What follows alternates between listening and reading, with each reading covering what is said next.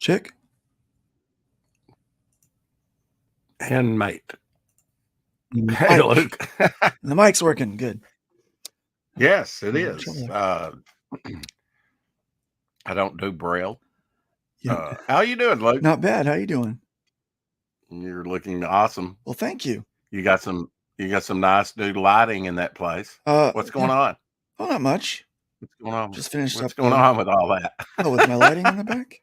Yeah, and everything. No, I just do that. So yeah, you're not green screening, are you? No, just so it looks nice back there. Yeah, it's my collection of stuff. As you can see. Yes. Yeah, all that stuff. Yeah, and some of that stuff, some of the stuff you've produced, huh? Yeah, some of it is. A couple things. Not much. Maybe 4 or 5 things back there. So what you been up to, man? Working with a colleague of yours to get my campaign up, and got the mail up yesterday, and I think you signed up for it. I think I did. Yeah, so appreciate that. Appreciate everyone that signed up yesterday. Going to be a short sign up, and then we'll have one on the campaign too once we get it up. Split it, I guess. And you can't beat that. We'll have some other people. Have the signups. I'm a little slow today. I've been doing so much. Did like a stream for like almost 2.5 hours last night. And oh goodness! Not on this channel, but on someone else's channel, and I've been doing fine. Avoiding the snow. 2 inches, around 2 inches. Well, how about you, Mike? You got snow where you're at, Colorado? Oh yeah. We got 2 inches yesterday, I think. How about you, about Luke? 3 inches overnight. Oh wow! We just got a dusting here, but it's like 7 degrees here, so that's it's cold. Where are you, Luke? Southern Indiana. Yeah, about an hour and 10 minutes from the border. I don't think I've ever asked you this question, Mike. Do you cook? You do? Okay. Most people should learn how to cook by our age, for sure. I always see you eating fruit, though. That's healthy, like apples and things. That's how he stays so skinny. Yeah. Oh, yeah. I wish. Yeah. I've been pigging out all winter. Out of all the genre, well, most of us do. And it gets more wintry up there than it does here. I mean, just now it's starting to feel like winter. It's been pretty warm, actually. All quote winter long here, but Mike, I think you were congratulating people on Twitter that for you reached a goal, didn't you? Tell us about that. I did. Well, thanks to Kelsey Shannon, who was trying to show me the ropes. It wasn't supposed to be a live podcast, but then we decided to make it live. And I've had a YouTube channel for a number of years now. And we were stuck at around 840. And after Kelsey posted the link and I talked about it a little, we shot over 1,000. So I'm grateful for everybody who signed up, and especially for Kelsey. And also because Kelsey's doing the most brilliant work of his career right now on Nexus. Yes, absolutely. Yeah, I'm going to send you the link to the YouTube channel. Okay. So I can glom a few more. You bet. You might even have a wrench and you can just put it in the chat, but no, I've tried putting stuff in the chat that's a net address, and it absolutely will not allow me to do that. Huh. Okay. Even when I do like stuff like Mike space Baron space dot space com. Even when I type that, it won't show up. So they got some artificial intelligence there that's going to block that metaphor. All right. Thank you for sending that link to me. And folks, if you're interested in writing, it's a good reason to subscribe to my channel because I talk about writing a lot. I tell you how to go about writing a novel, where to start, the value of outlines, the value, how to start a novel, and the narrative voice and stuff like that.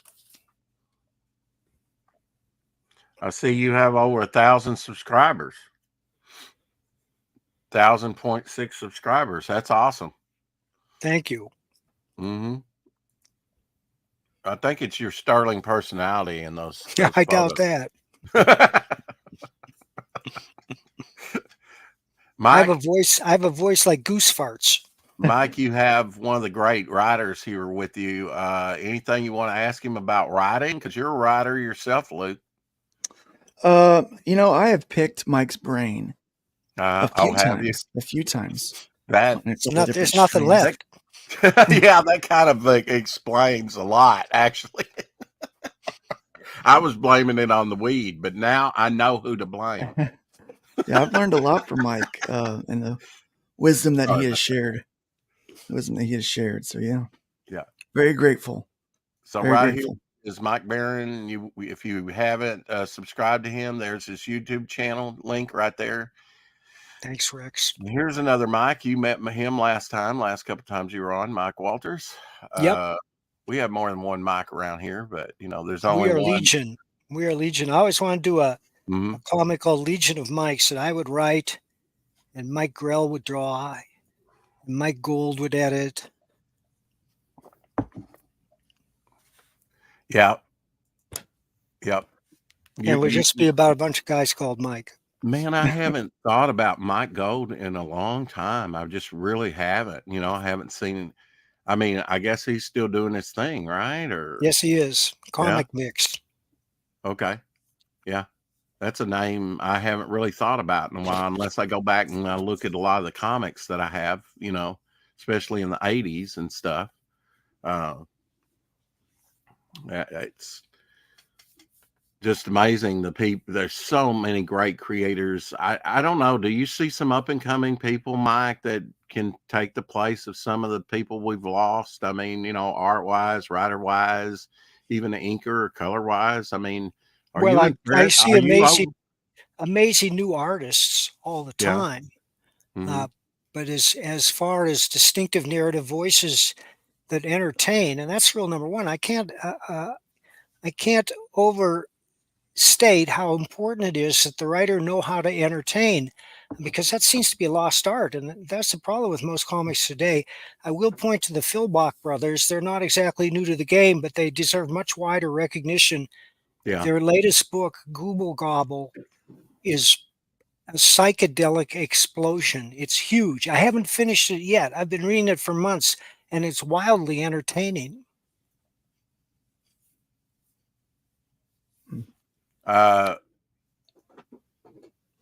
Man, Mike was trying to find links to post, but you spelled it like Mike. I was looking for Michael. Laugh out loud. No, that's only for legal purposes. I've always written as Mike Barron. Okay. Yeah. Yeah. I see you, Luke. You're shaking your head to what Mike's saying. I guess you're legal purposes. Legal purposes. Yeah. Yeah. That's the infinity shake. Mm-hmm. Yeah, everybody's blown away by Kelsey Shannon's work on Nexus, and other things he's turned in. I think when I first came on the scene a couple years ago, I did not know of Kelsey Shannon, but the more I saw, he's like one of those. The more you see of his work, the more you're impressed. I think, with what he can do. Yeah. I've been a fan of his work for years. Yeah, there are some absolute legends out there, Mike, that never get, like you said, the accolades, the recognition, it seems like. And yet, well, those of us who are working on the right side of the wall, mm-hmm. by which I mean Comicsgate and Comicsgate adjacent, our work is largely unknown by people who show allegiance to what the regular publishers like Marvel and DC have been pumping out for years, because they're addicted to those characters and that's what they want to see, and I don't blame them. Yeah, I'm not. Well, now you used a word there that you don't hear bantered about a lot, and that's addiction. And I do think it borders, really diehard comic collectors like myself.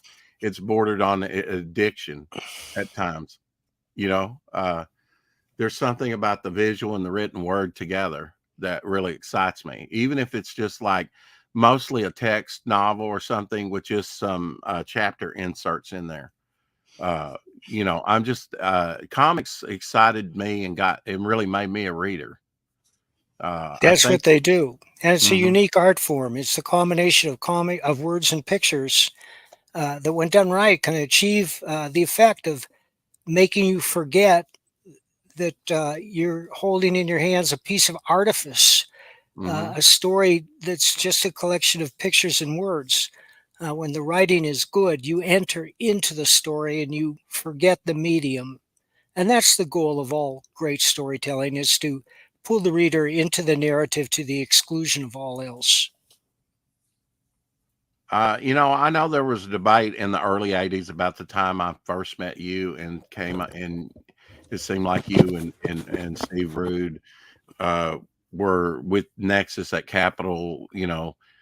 I mean, that's when I know you had written throughout the 70s, but about 83's or the early 80s when you're with the Nexus Capital stuff really caught my attention. Steve as an artist and you as a writer, and then back followed your career through Badger and other things that you did. And when you went on panel when I first met you in 85, it's 85 and 86, you did a lot of panels. It seemed like, Well, I I went to a mean, lot of for cons. 3 or 4. Yeah, but I mean, even at that con, you were on like 3 or 4 times. I tried to catch all those panels. But you were, and man, there were some legends still alive then that I had never even heard of. Julius Schwartz, there was the creator of Gasoline Alley there that was gray haired and a known man by the time I saw him.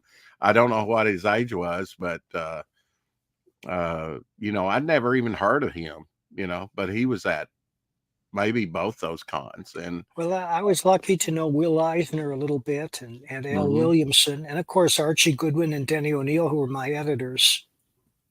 Yeah. If you had to pick, oh God, I don't even want to ask this because then you're picking sides.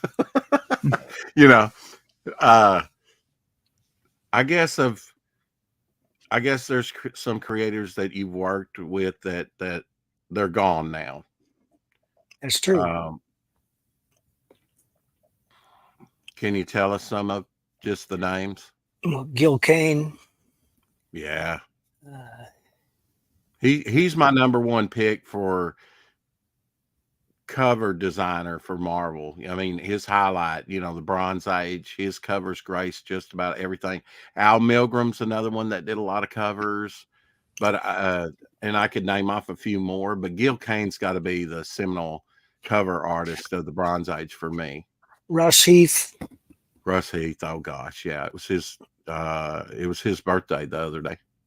Yeah, he did Magnus Robot Fighter back in the 60s. I guess you probably read that when it came out on the stands, huh? Oh, yes, I did. One of my favorite titles. And also, I was lucky enough to work with Russ on 2 issues of The Punisher. Oh, wow. Yeah. Yeah. He had a style that was subdued, kind of like, I just say subdued because he reminds me a little bit of Wally Wood.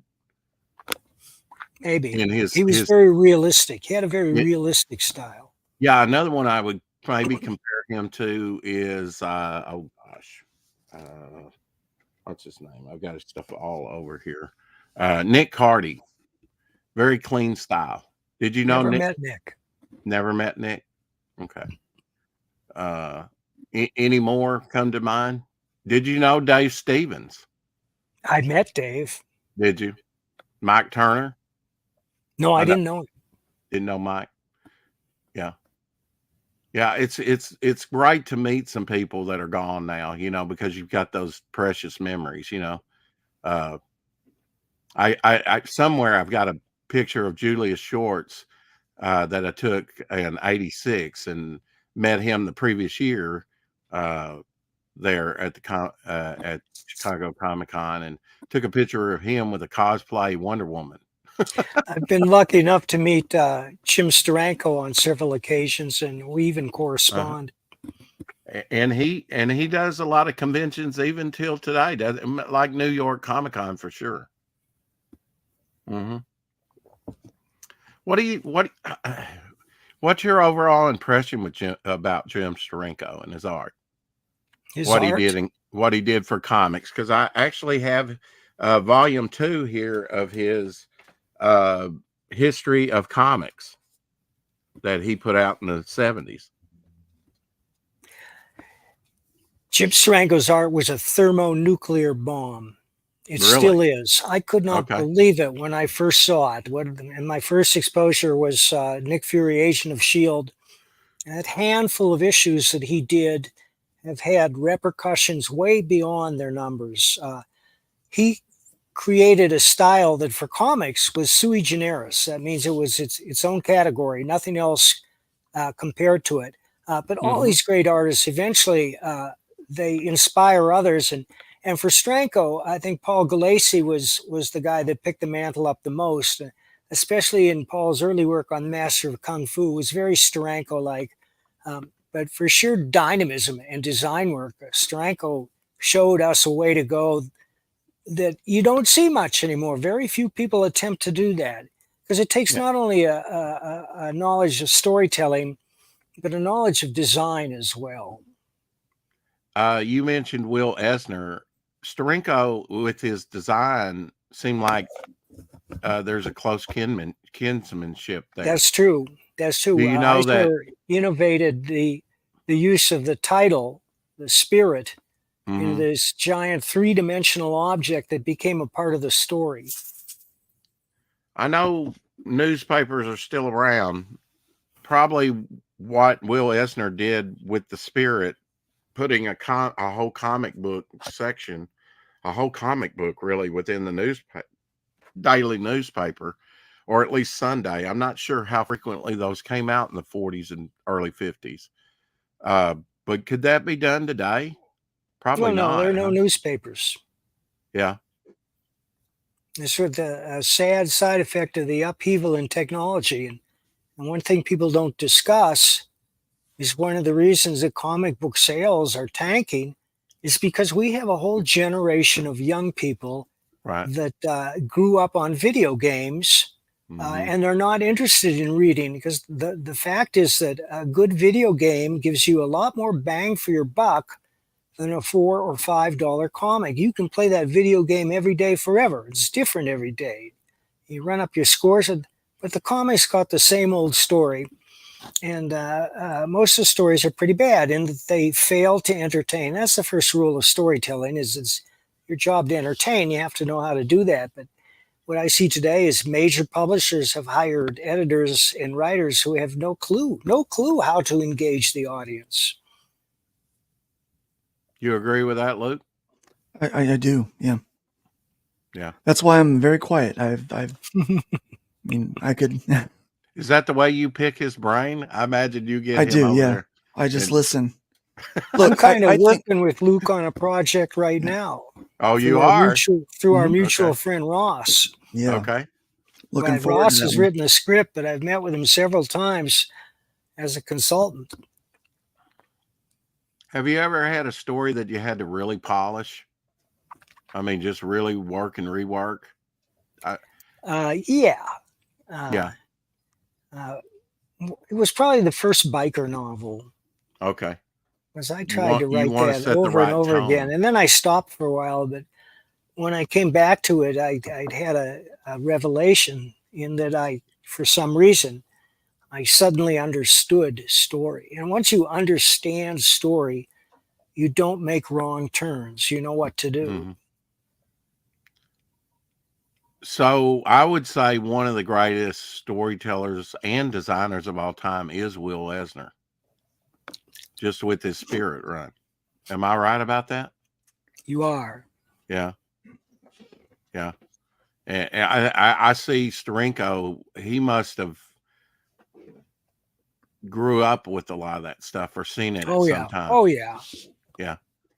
Well, back then in the early 70s when Steranko was working, I know he worked with Bill Black a little bit, who does AC Comics, was Peregrine, what is it called? I think Peregrine, but I may be saying that wrong. But there wasn't the, we couldn't hop on and go, oh, who's Mike Barron, who's Jim Steranko, and just get a million different hits. And I mean, information is so much readily accessible now.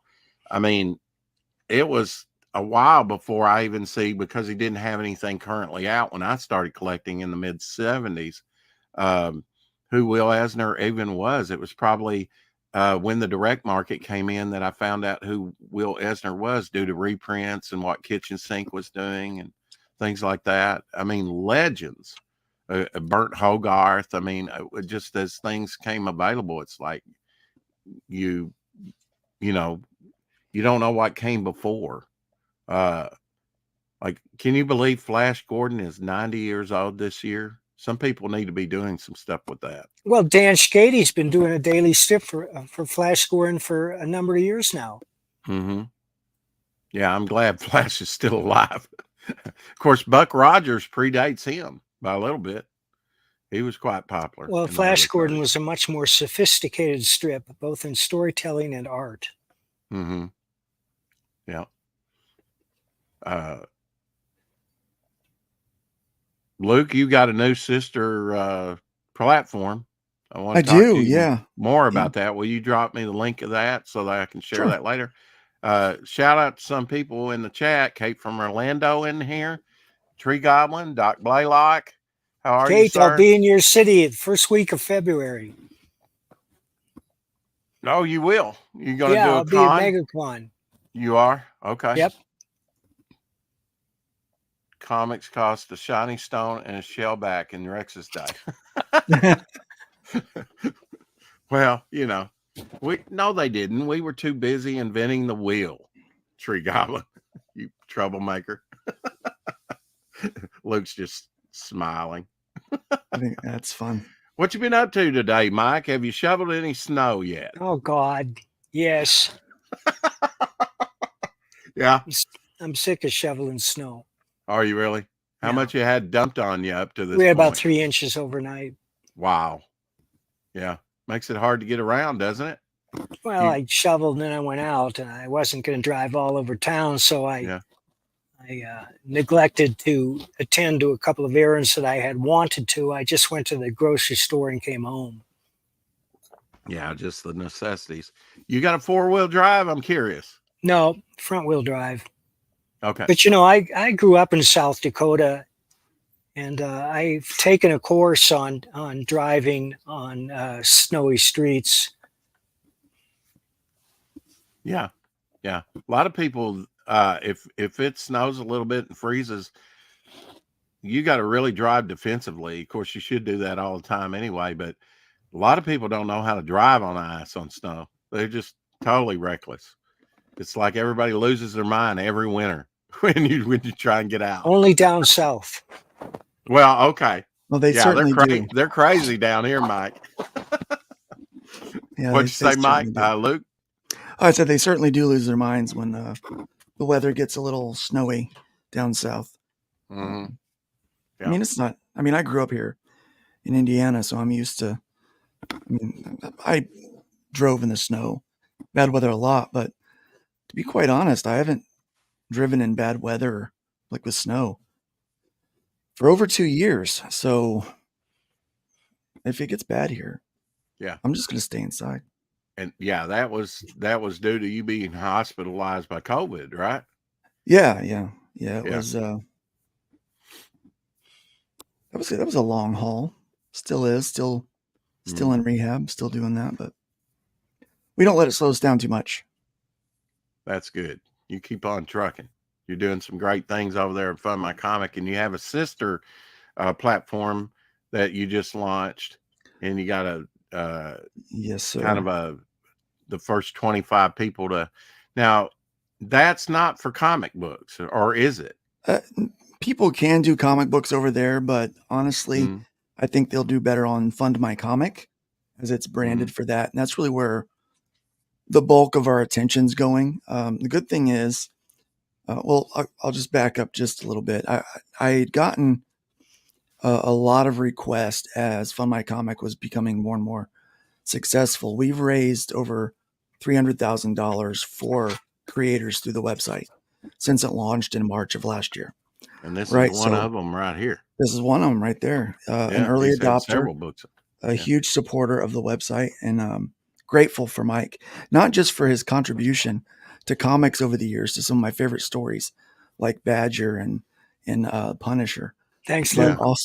But also for his just his willingness to teach, to help people, to be involved, his accessibility, and then his just encouragement, even for this platform and stuff, has been tremendous. Mike Barron is one of the nicest people I've ever met, not just in comics, but in general. I really like the guy. You're too kind. What is your other platform? It's called Fundiverse.com, Fundiverse. As Randy makes fun of me, he's like, it's just like fun, diverse. You're making diversity fun again. I'm like, stop it. I'll send that to you on Twitter too, Mike, just so that you have it. Yeah, we had a lot of requests to open up to other things like music and regular novels, which we have in there. People want to do movies, animation, and so on and so forth. And the branding for comics, just I think it was too narrow for some other markets. So we opened it up, and I registered Fundiverse last year, and I had intended to try to open it up later in 2024, but things were going well, so I went ahead and launched it a few weeks ago. It's basically, so everything that we do for Fund My Comic, everything's just copied to this other site. And so it's branded for Fundiverse, but all of the same tools and every new upgrade both sites get. So it really works in our favor. So it just made sense. Let's go ahead and do it now. That way people can start using it. And the more people use both sites, the faster we can upgrade to the point that I'll be happy with it. There's still several upgrades that I would like to make to the website, but Fund My Comics still going to be my primary focus, but I intend to build up a team around Fundiverse for all of the other things that are out there. But yeah, that's what we did. We launched it in the first 25 campaigns. So we can populate that. We'll get a 1% platform fee instead of the 3%. Hey, Justin. Belmont. Belmont Comics here. Mike Barron wrote a book for him. Oh yes, Smokes the Fox. Couple books, right? Smokes the Fox 2 and Weaponized Werewolf, and Smokes the Fox 2. Smokes the Fox 2 will thrill and delight you. Very funny read, and then we haven't mentioned Florida Man either. Kate, I'll be at the Rippaverse table. Okay. And I'm sure it'll be prominent. I'm sure it will. You know if Chuck Dixon will be around there? Pretty sure he will. Yep, he'll be there. Yeah. We have Eric July on Nerd Bacon, not this week, but the following week. This week is our 100th episode. Congratulations. Thank you. It's I've not stuck with any live streaming thing that long, so it's going well. We enjoy it. It's fun. Thank you, Lorenzo, for liking us over on Twitter. Appreciate that. The sign up for Devil Flyer magazine there is all right. Show that icon again, Mike. You got an busted egg on your face. Let's see that icon again, if you would, sir. Oh, all right. Yeah, I want to see it. Oh, it's an octopus. Wow. I'm introducing a new character into the Rippaverse called Suicide Squid. Suicide Squid. Okay. All right. That's awesome.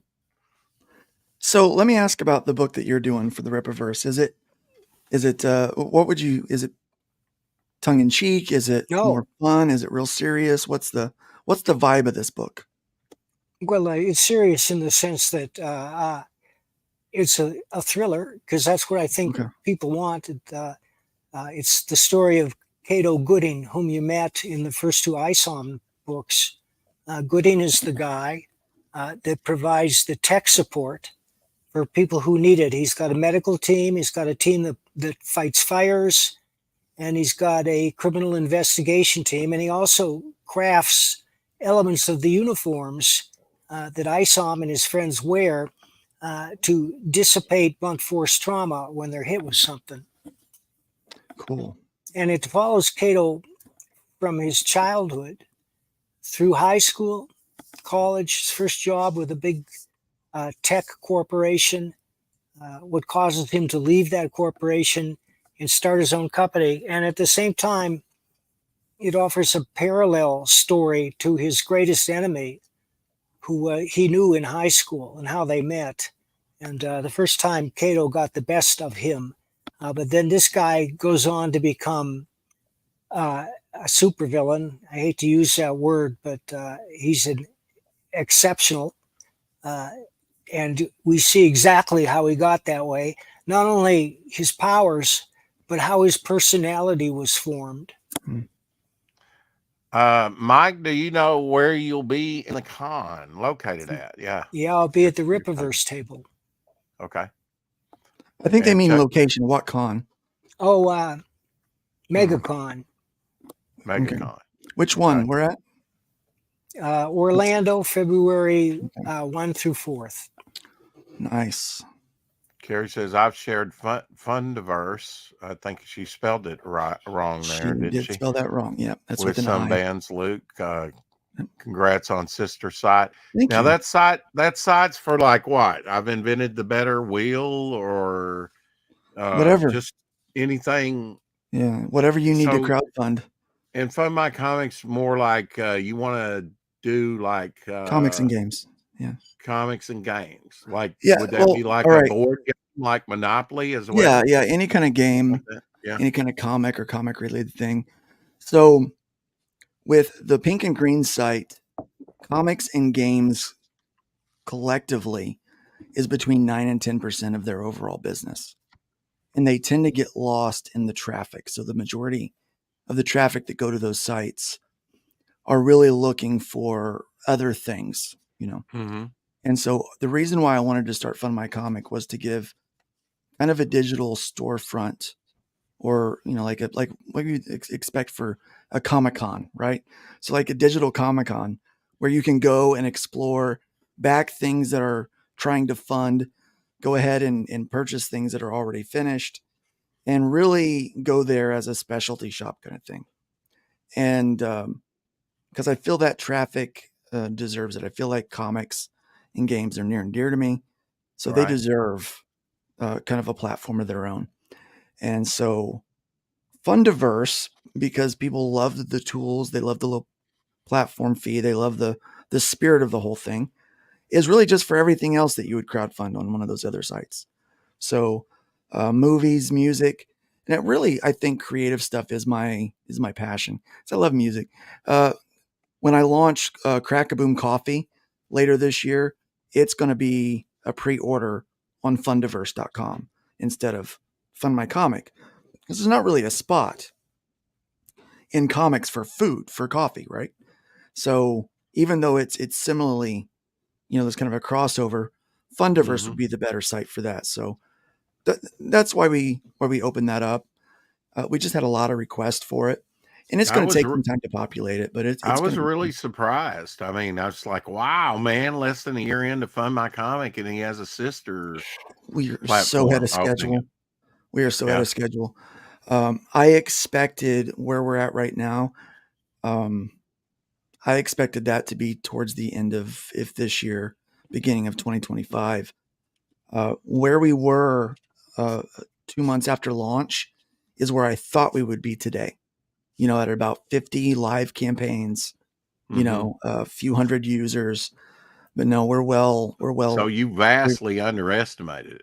I had no idea how well it would be received. And yet you've got to be looking at it going, there's certain creators and projects I'd like to see drawn over here and off the pink and green channels. Right? Yeah, and I think we're gonna get some more of those. A lot of people, and I heard this and I understand it because I'm kind of the same way. I'm a wait and see kind of person. When it comes to kind of new stuff. I didn't get the jab right away because I wanted to find out what's going on with that first.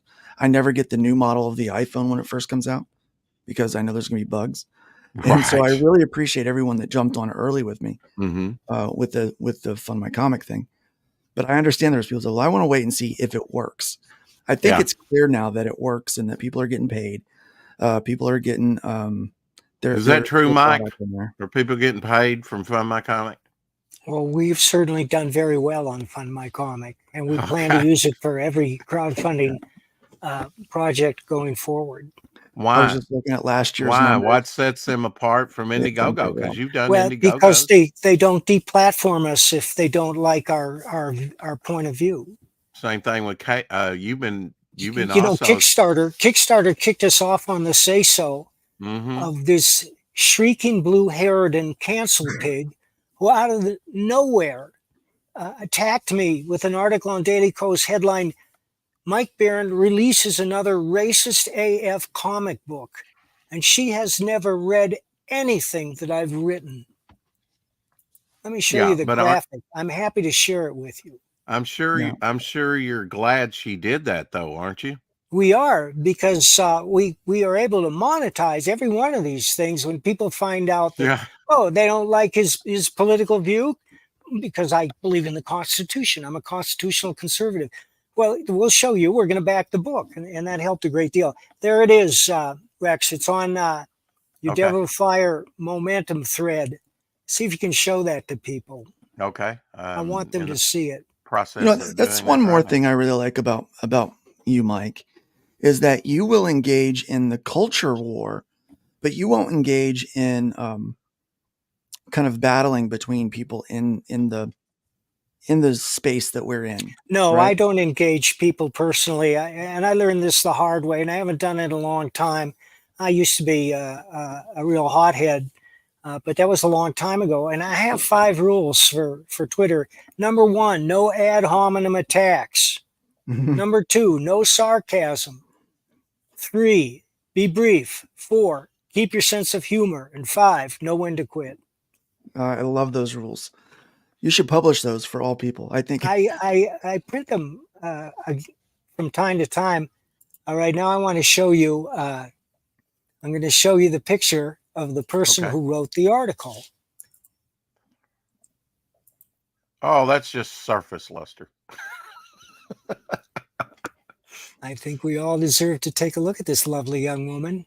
Okay.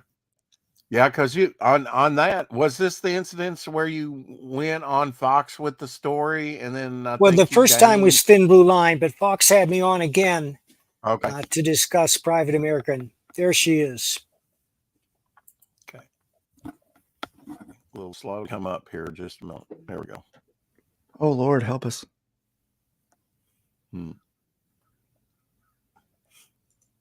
She should eat a cheeseburger or something. While she was calling for them to deplatform my comic on Kickstarter, she had her own comic funding on Kickstarter.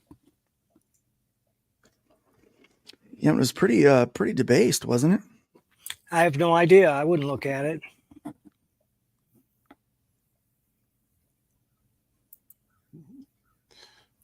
Yeah. Do you see any signs of slowing up of stuff like that, Mike, or is it just going to be prevalent for a while? Slowing up what? Where people are attacking because of you're on the right, you're on the left, Well, that doesn't bother me because I don't engage with those people, and that's the main piece of advice I would have is if somebody comes on and starts hurling insults and trying to get your goat, just ignore them. Yeah. But unfortunately, this is a byproduct of the internet. and the ease with which anybody can say anything from the basement of their parents' house, which is a lot of these people. You know who I'm talking about. Yeah. So my advice is just don't engage. I see these feuds going back and forth and back and forth, and a lot of my friends are involved in them. And I tell them, listen, you got to be like Switzerland. Is it don't take sides, maintain your friendships, unless they do something like strangle a baby or something. But mostly it's just internecine warfare over nothing. Yeah. You're still going to cost us all money. Still friends. You're still friends with Steve Root, aren't you, Mike? Yep. I don't know if I ever asked you that. I mean, because some people have said there's been kind of a rift between you two of late over. Well, we've argued in the past, but that had to do with Nexus. And we agreed that we would each put out our own version. I think that's awesome. I think that I've always, I talked to dude last week. I talked to him about once a week. He sent me a beautiful picture for my birthday. So there's no big major rift between you two. No. Yeah, I didn't think there was, but people love to speculate about that stuff, don't they? Oh, they love to stoke up. Yeah, I mean, I would say Mike and Steve are one of the great comic book teams of all time. Yeah. I mean, they have stuck through thick and thin, and I'm sure you've had disagreements in the past. Throughout. All people do, even the best of friends, right, Mike? Yes and no. I mean, there's some people who've managed to avoid that over the years. I'm trying to think of famous duos. None really come to mind, but you and Steve are about the only thing that comes to my mind. I mean, you guys have done project after project after project together, so there must be some great connection there between you two. You're friends. There was initially, but dude wants to write his own material now. Right. And so he's doing it. Yeah. Well, I mean, I thought it blew me away a couple years ago when he said that you were kind of going in opposite directions with the character. And I just thought, I thought that's genius. I mean, in a way, he has a way that he kind of views things, and you have a way with the character and the characters, other characters within the series, and that you two can come to agreement that we're going to take the same character in two different directions, and that's okay. Have you seen any of Kelsey's art for the book? Oh yes, gosh. I've got Kelsey's first artwork on Nexus that was released through Splato. Yeah. You going to do anything more through Splato, you think? I don't know. I've talked to Richard about it, but after he did the first Nexus book, which this is it, and if people are interested, just contact me through Twitter. I have copies. Okay. Yeah, that's the one I've got right there. Yep.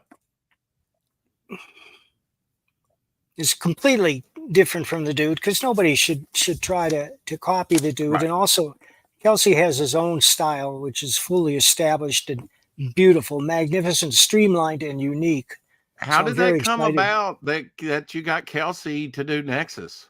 Well, Richard Meyer approached him. First, Richard Meyer approached me. He said, Mike, I'd like to commission a 3-issue Nexus series from you for 22 pages each, and I'm going to offer them as premiums on 3 consecutive projects. And I said, okay. And that's what got me thinking, and that's what created the project Triplets. And because he wanted 3 books, and I thought, Triplets, it's the story of 3 children. They're all born at the same time, 2 boys and a girl, that have a perfect telepathic mind meld. And it turns out that in space travel, there's only one method of instantaneous communication across interstellar distances, and that's telepathy, which makes the trio extremely valuable to speculators, commodity speculators. So a criminal gang kidnaps them and sends them to 3 widely diverse settlements throughout the galaxy so that they can instantly transmit news about the market as soon as it develops and get a jump on everybody else that's months ahead, if not years ahead, and make a lot of money. And when that happens, the parents go to Nexus and say, we don't know what to do. Can you help us get our kids back? That's an incredibly original idea. Yeah. Well, that's refreshing. Wow. I've been watching classic Star Trek, and they had some kind of stuff like that was just really out there. I love that. We have a question here by Eric and Boyd. He says, I believe I saw Badger getting another launch, or am I wrong?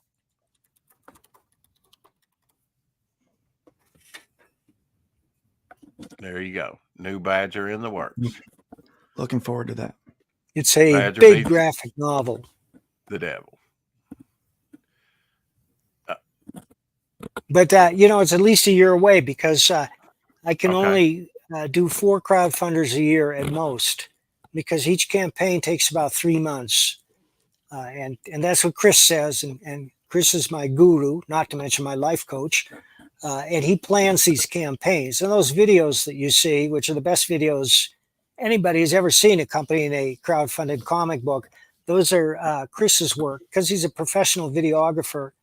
I might go outside Chris and try something else if somebody else is willing to launch the campaign. Like with the Rippaverse, Eric July is planning the campaign. He asked me to write the book, and I wrote the book, and now we're all going to convene in Orlando to discuss the future. Okay. Yeah. This is your first con in a while, isn't it? Well, let me think. No, I was in Fort Myers in December for a one-day con. Okay. Well, I know you've said you don't necessarily like to do out-of-state things, flying. I think you like. Well, I'm not crazy about flying, but I'll do it. Uh-huh. Yes, Ed PC, the book is written. Book is written. I will say this. I stopped doing cons last year. And you really have a setup, Luke. I was very impressed with you and your wife's last pictures of you set up as a con. You've got it set up like a store in a very small. You don't have 1 inch of wasted space. No, I don't believe in wasted space. I was amazed. Yeah, but I lost money on the last 3 cons that I set up at, and I found that if I'm home and I'm drawing, I'm making money, and I'm not losing money. So I mean, for every weekend con, it takes me out of the running for 5 days, at least 5 days. Day before for prep, day back to get set up. If it's a 3-day con, so it's 5 days there usually, whatever. And it's a lot of work. I don't like losing money. I really don't like losing money. I learned that in high school. We used to at the lunch table. We were all friends and fans of comic books, and so we'd read our comics. And one day, one of them like, "Hey, I learned how to play 5-card. You guys want to do a little gambling?" And so we did a little gambling, and I lost one of my favorite books, and I did not take it well. And so I realized I do not like losing, especially money. I don't like losing money. So I kind of discontinued cons until I start getting invites places. We are going to be taking and doing some tabling for Fund My Comic and Fundiverse in the future. We might even make our own con around here. We've kind of talked about that, setting one up here around Indianapolis. Not like we don't have enough to do already, but so I don't travel much now.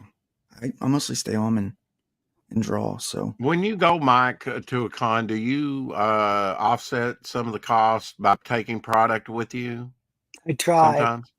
It's such a pain in the ass, Yeah, you got to haul it around. I've been taking to shipping the books ahead of time to a friend of mine who lives there. For instance, Pat Broderick is going to be at the con too, so we're shipping a bunch of books to Pat to bring for me. Okay. Yeah, well, I still would like to get you and Pat on to talk Bronze Star when the second one launches. We would love to come. Okay. Oh, Pat is even more technically challenged than I am. We have yet to be able to get him onto a live stream like this because he doesn't have a computer. All he's got is the phone. That's it. Now, I know you can do it on the phone because I've done it. But we're going to have somebody go in and give Pat a tutorial on how to do that. Yeah. Does he not own a personal computer? I don't think so. Wow. Okay. Good for him. No doubt he's probably better off. Luke, what's your favorite a series back in the day that Mike wrote? What was it? I mean, because he did The Flash, he did Badger, he did Punisher. Nexus, Punisher. Punisher. Yeah, his early Punisher, Yeah. Was one of my favorites. Mhm. And I mean, what? Like you did like the first 44 issues of Punisher. 63. 60, yeah, and what started in 87, worked through early 90s. Those were the books that I was getting, that that ended up in my bedroom.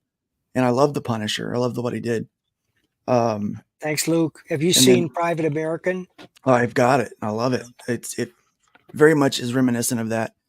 And then, that run of Punisher got followed up by Chuck Dixon.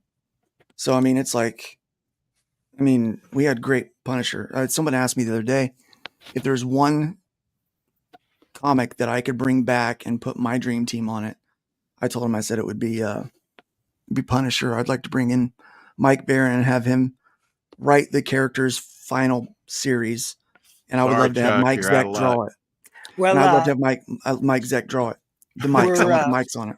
I'm working on the second Private American now. In fact, the script is complete. We still have to go over it, and it's just a matter of timing. It's in the works. So this one is going to make your head explode. I guarantee you. Oh, I can't wait, man.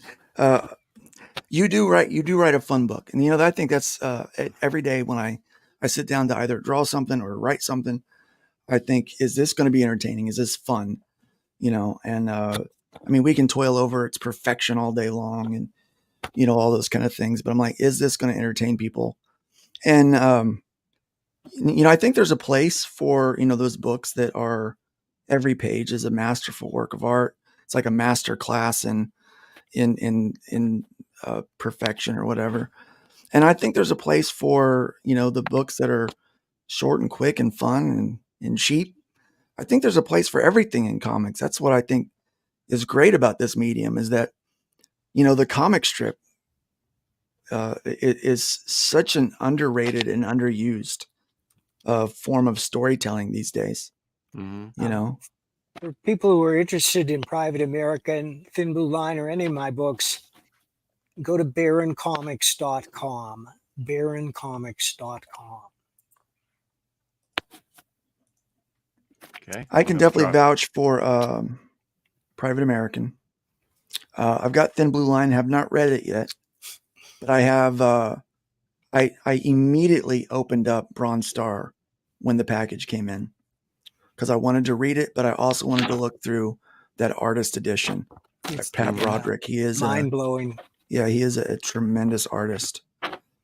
Again, just there's so much talent out there, and that I just don't.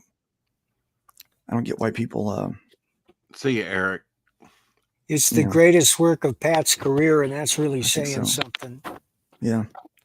How long is it taking by the time you give him Pat the script? How long does it generally take him to draw? And I know you only have Bronze Star 1, and he's putting all his. He's putting in such great detail. He's got more time, right? It's not a monthly comic. It doesn't have to be done quick. He can put his best efforts in it. That's one thing that I think that this indie scene has an advantage over the monthlies, is that they can actually do the best work. I have to point out that he's already about 10 pages deep in Bronze Star 2. Wow. But Pat, Awesome. I would say if he wasn't doing anything else, it would probably take him 6 months to do about 60 pages. Maybe a little less, I don't know. But Pat makes a lot of money by going to cons and selling sketches, so he has to do that. Right. But I would love to see Bronze Star really take off and give him a big payday. We did okay on that book. Right. But we should have done a lot better. He's I can't remember the page count on the first Bronze Star. Was it 60 pages or? Let me take a look. Okay. Is there a certain page count you're going with that, or does it just vary from story to story? We're doing a minimum of 66 pages per book. Okay. So that we can break it up into 3 floppies. Okay. And sell it to a regular publisher, as we did with Florida Man and American Mythology, and it instantly became their top-selling title of all time. The story pages in the first Bronze Star are, I would say, 56 pages of storytelling in here, but there's a lot of pinups to add to to increase the page count. How does the back and forth and collaboration between you and Pat go? You just call him on the phone, you kind of discuss things, you kind of leave it loose? Well, sometimes when he's got a question, but my scripts are pretty easy to follow. I write full script. I think that's very important. I think you have to give the artist the dialogue so that they know how the characters should act. And I also use a lot of shorthand when I introduce a character, especially in a Western. I say, this is Warren Oates, and this guy is Strother Martin. This guy is John Wayne. And if the artist feels like drawing them exactly as that's fine with me, but I'm just giving them ideas about how the characters should look in my mind. I love those kind of references. As an artist, it is super important to have the dialogue, because you want to know how much space you need to leave in the panel or on the page. That's right. And I always say, be sure you pencil in those word balloons. Yeah, like I always, because I started out lettering. I wanted to work in comics, and I knew I wasn't up to snuff with my art, so I tried. I started with lettering, and that way I could actually, do work for people and those things. And so I had a lot of fun with it. But so as I'm doing it, I used to pencil them in. I don't really have to do that anymore. I kind of see where like storyboard, like thumbnails. Yeah, like when I'm doing the layout of the page, I don't have to sketch them and pencil in and sketch them anymore. I just know, like, if it's a letterer that I'm used to, I know about what font size they're going to use and how much space they're going to need for the amount of dialogue I have to put in that area. So I kind of do it that way. But what gets me is when the writer will change the dialogue after and decide he wants to expound on something or whatever. And I was like, I really wish you would put that in there first. But it's really important so that the right expression to have, or else you just got a bunch of expressionless talking heads. And I mean, that's boring. I think one of my favorite things to draw is facial expression. It's part of the storytelling, and as much as the writer is telling the story through words, we have to tell the story through picture. And I think some of the worst scripts that I've ever gotten are where they're trying to keep secrets from me, like, oh, and then you find out later on in the book, oh, and boom, here's a twist. And I'm like, why didn't you tell me about the twist in the beginning? Like, there should be zero secrets from your artist.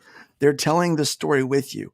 If there's something that's got to come back later, then they need to know about it, and, it can quickly take a book and make it bad when you're trying to surprise your artist. It's like, give them all the information you want. Exactly. If there's a person that you want them to look like, then tell me. I'm doing this book right now called Terminal Kill. I got about 50, maybe 40 some pages left of it. Don't you have to be careful with that, with the likenesses of people? And Mike, you can chime in on this too, because like Cary Grant or Sean Connery or something like that. Oh, no. Those people are so familiar that they've entered the public domain. I don't know if you remember this, but when Paul Galassi was doing Master of Kung Fu, he stuck Sean Connery in there and Bruce Lee. Right. I mean, there's no question about it. Nobody gave him any shit. I've seen Clint Eastwood, done as Conan and other things. I'm sure you've seen that too.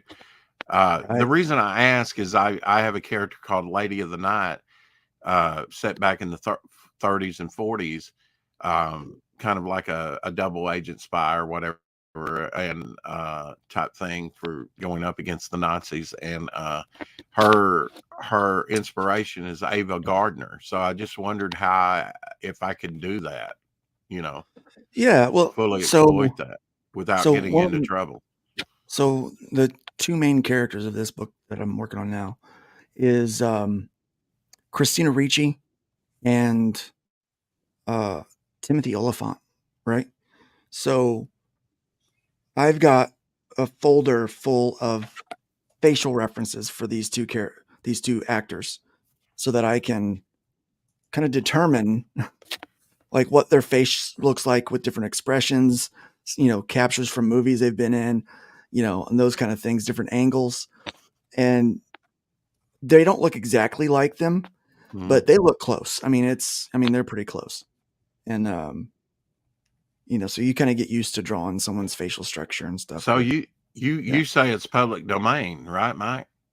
No, I'm not saying that. I'm saying that we're beneath their notice, and when I use like the Punisher symbol, I use that in Private American, and people say, well, aren't you afraid Marvel is going to sue you?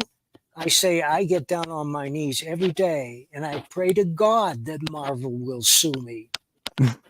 Yeah. Right. Because that means then they notice you. Yeah. I'm going to have to bow out, guys. Okay. Yeah, Mike. I kind of do too, actually.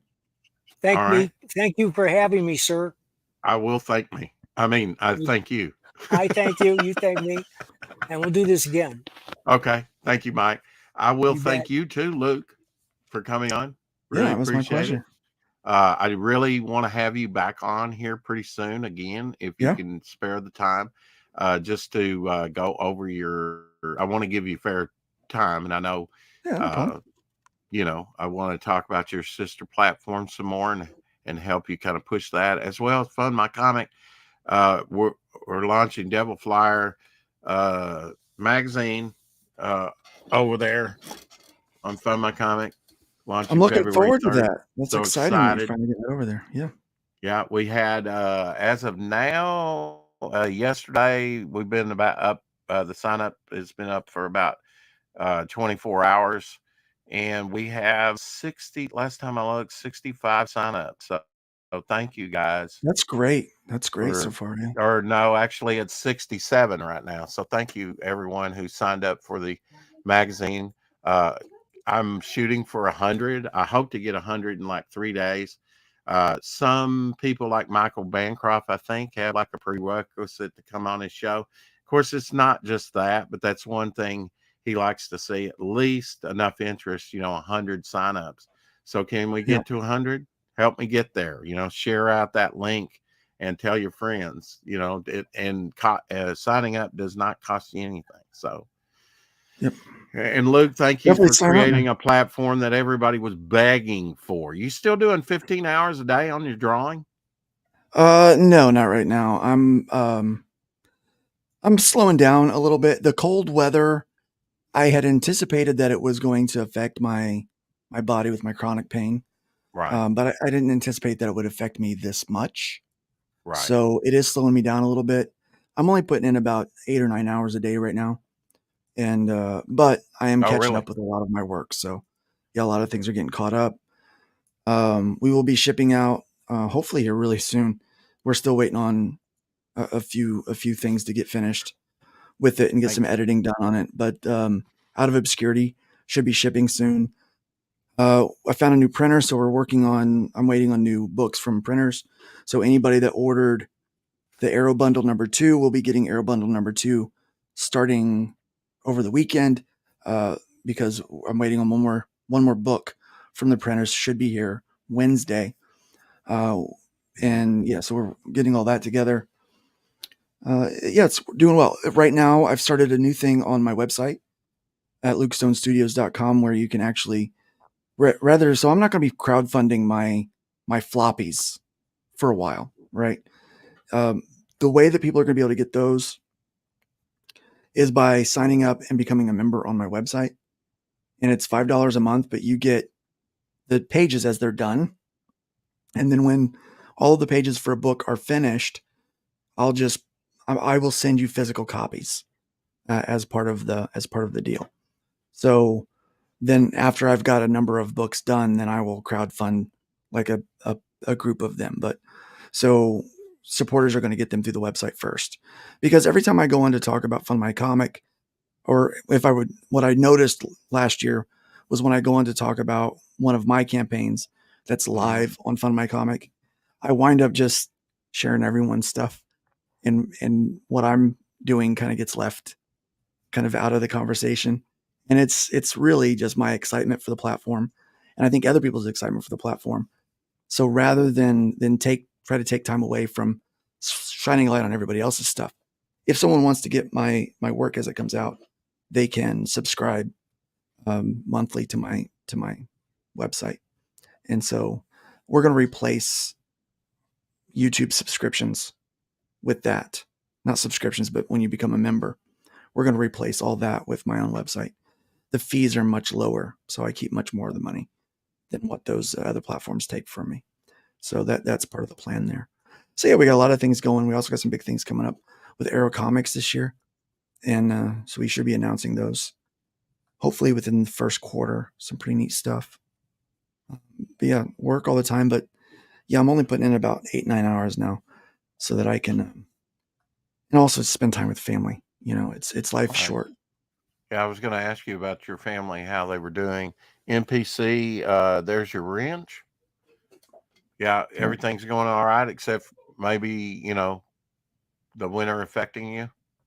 Yeah, except for that. I am trying to learn new instruments and things like that. So now that I'm able to play again, so I'm starting to work on that. And I want to make sure that I have time that I'm cutting out for some personal stuff. But it's up early. It's up at 8 Guess o'clock. You had a good Christmas, a great New Year's, maybe? We did, yeah. Everything's been really good. We're blessed, highly favored. Say happy birthday to, we'll be exclusively over on Fund My Comic from now on, like Mike said, me, myself, and I. And I know I'm going to be working on a couple projects that everybody's going to love. John Buscema book and a Jack Adler book with Glenn Fleming. Happy birthday, Glenn Fleming, today. Yes, happy birthday, Glenn. Keep Glenn in your prayers. He's burying his father-in-law tomorrow. So kind of bittersweet, we do wish him a happy birthday. Tomorrow we'll have on Nicholas Gear, and Wednesday we'll have on Anthony Gonzalez Clark. Don't know if you know those guys. Nicholas Gear, I'm sure you do. Yeah. Yep. So, and I've reached out to a lot of new folks that haven't been on here before. So, I want to get some new creators on here. But Luke, you've only been on like maybe half dozen times. So it's my New Year's resolution to have you on more and push Fund My Comic more this year, starting with my own project. I just want to remind everyone that we are doing if you're running an exclusive for at least the first 30 days. It doesn't have to be just 30 days, but if you're running exclusive, at least for the first 30 days on Fund My Comic, then you get a 2% platform fee. So we're able to do that. I want that 2%. You're going to get it. You're going to get it. So we're going to continue to run that. If you want to, I just remind everyone, if they want to take advantage of that, they need to contact support at fundmycomic.com. It's very important. Support at fundmycomic.com. And you'll be able to reach me there. Right now, the support email for Fundiverse is also support at fundmycomic.com. It still comes to me. So we're using that same one, or Luke at fundmycomic.com. We'll get there those. There you go, 6480.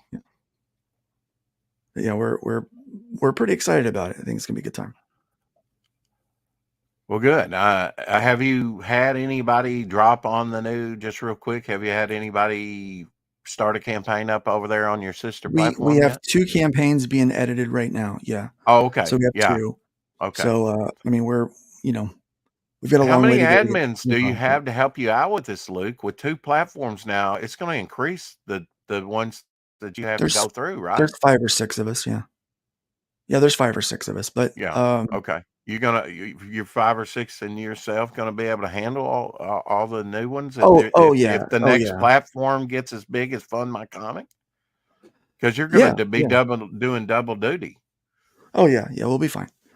Okay. And we're gonna be the idea is that if Fundiverse and Fund My Comic get to the point where they're so busy, we can actually hire some staff. So my goal is by the end of this year is to maybe have 1 or 2 employees on with us that are we full time that will help handle some of the or if maybe not full time, maybe instead of 1 or 2, maybe 2 to 4 part time employees. But no, we anticipate that it'll be fine. I'm also going to be working on a much there you go, Billy. A much Hey, easier uh, deadline list of deadlines, so that I don't have to put in as many hours, so I can dedicate more towards the platforms. Well, I know family is important to you, and I'm glad. Very much so. If you don't have you know better than most. If you don't take care of your health and your family, you got nothing. No, you got nothing. It's Comics good are to see Dillard important. here. It was funny seeing your show being EFAP'd the other day. That was funny. I was like, Who hey, I was know those people. EFAPing? Who was EFAPing my show? Uncle E. Uncle E was EFAPing my show? Yeah, the one you had with Dillard. Oh, the one I had with I did not know that. Okay. Yeah, yeah. I was like, hey, I know that. That's Well, Rex. I believe Ethan does watch the show. I got some indication of that recently. So, and we do, I hope we do get on there, So, Yeah. wow. I maybe that's why maybe the channel's taken off like it has. It might be. Yeah. I mean, Luke, I'm just blown away. Recently we've had, last time I looked, maybe 19 new subscribers, and I think it's 21 now in the last 28 days. So Nice. we're approaching like on average 1 a day. So, and I think I'm up to like 360 subscribers. So that's awesome. I'm going That to is prove you excellent. don't have to pull that algorithm stuff because we Yeah. do it live Yeah, we've been over here. doing these shorts. I'm putting together. I call them bacon bits. So we Yeah. take the episode every Thursday. Now we're cutting them down into small little clips that are running as shorts, and so those tend to be drawing in quite a few people as well. So that's Yeah. been Well, useful. I plan, since I'm in campaign mode, I plan to do some shorts and try and play that algorithm. I really haven't done it before. I think I've had one recorded video, and that was just replaying Justin Belmont's thing. He featured on 3 campaigns, and one of them was mine. So, Yeah, and just showing the trailer. So, and I didn't even know at that time you don't need to do that. Still somebody else's content, blatantly off of. Good thing we're so good friends. But yeah, Luke, I want to have you on here. We'll have to set up a time, that it's convenient for you. yeah, Right absolutely. now, not necessarily, we don't even have to do on the 4 o'clock shadow, although we love having you on the regular show. I think you Yeah. know Oh, that. if I'm going to be on, I'll be on your regular show. Okay. I don't like it. There's people they'll ask, can I come on your show and talk about my book? And I'm like, okay, well, we're on from 9 a.m. to noon on Thursdays, and here's our format. This is what we do. And it's Mhm. like, oh, can you change that? I go, no, because I have to stick firm to my streaming schedule, or else I'm not gonna have time to do anything. So Right, right. so Yeah, your situation's a little bit different than mine, yeah, I'm not having to do so much artwork like you are. Uh, but I can stream. I try and get them on the 4 o'clock shadow, you know. But if I don't, I can do special times, And then when you're dealing internationally, like Skunk Artworks, he's in right, Germany, you have to do a little bit earlier. And yeah, when I do the early streams, I get really good contacts because yeah. we That's got the what's UK funny. crowd and Yeah, mhm, that's what's funny. That's kind of why I chose the 9 a.m. slot. mhm, Not only that, I was actually streaming over someone else that I wanted to take their viewers, so it was a little petty, right? But I wanted to do like a Bob and Tom style, like morning talk show thing where it mhm. was something you listen to in the background, right? and that's why we started doing the 9 o'clock thing. But it was also a good time for international guests to come on.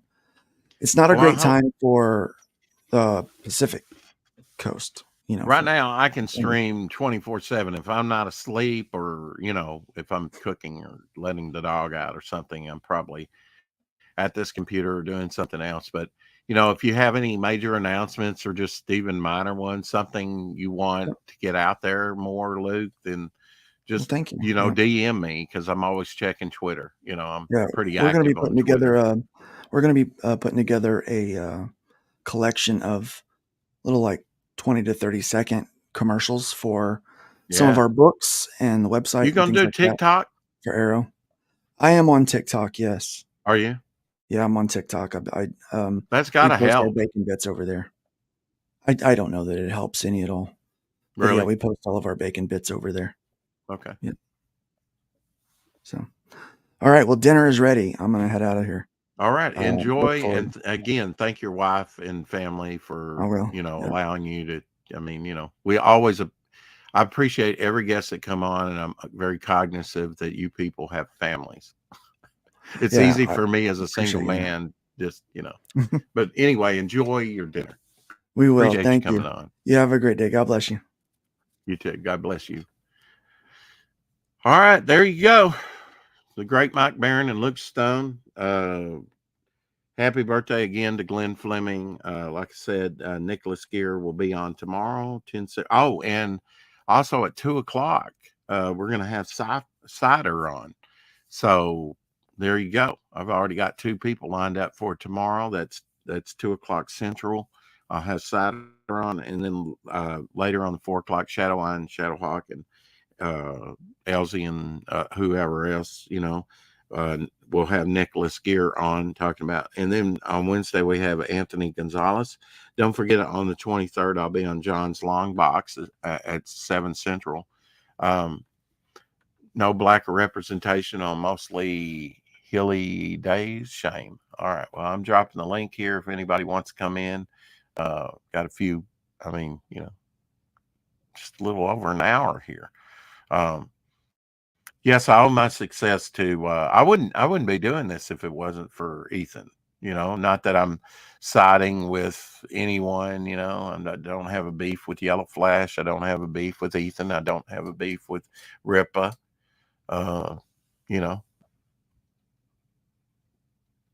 think it's awesome that he fapped this.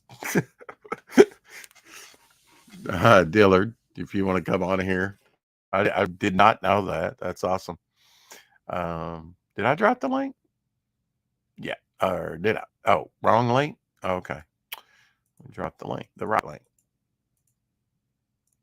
But thanks, everybody. I've been going through Twitter, contacting people and making sure they know that the sign up is up there.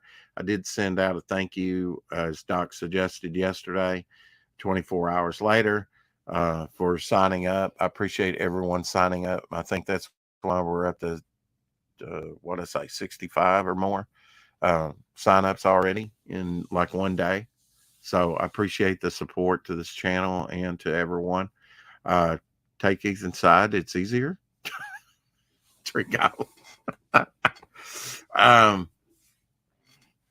One of these days, we'll get Ethan on here, But yeah, I wouldn't be here if it wasn't for his drawing streams and things that he did in the past. And then, just watching some of that past content, and then just saying, oh, it's alive, and catching some of the live stuff, and then kind of getting the lay of the land, if it were. What is the deal with Yellow Flash and EVS? I really don't know. I've just kind of touched upon that a little bit. I noticed somebody was denouncing Yellow Flash over on Twitter, and I was just listened to part of that, but I was kind of late with this stream. I a minute or two late. Time snuck up on me. See, I didn't even get all of it in the title. It says check out Fund My Comic, and I didn't have the sister station name handy, so I'll make sure that I'll go back and put that in the title there, edit it. kind of meh on both. Yeah.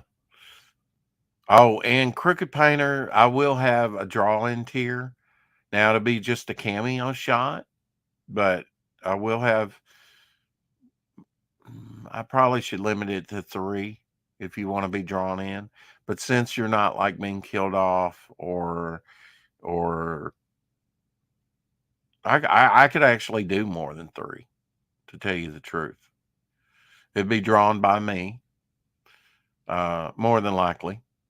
It doesn't have to be. In fact, I might get somebody I have in mind that I've commissioned before to draw that, because it will be kind of a collage effort, and I do have something planned.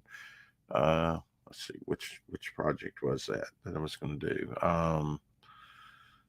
I know for the covers for the handbook, if that's what we're going to call it, character book.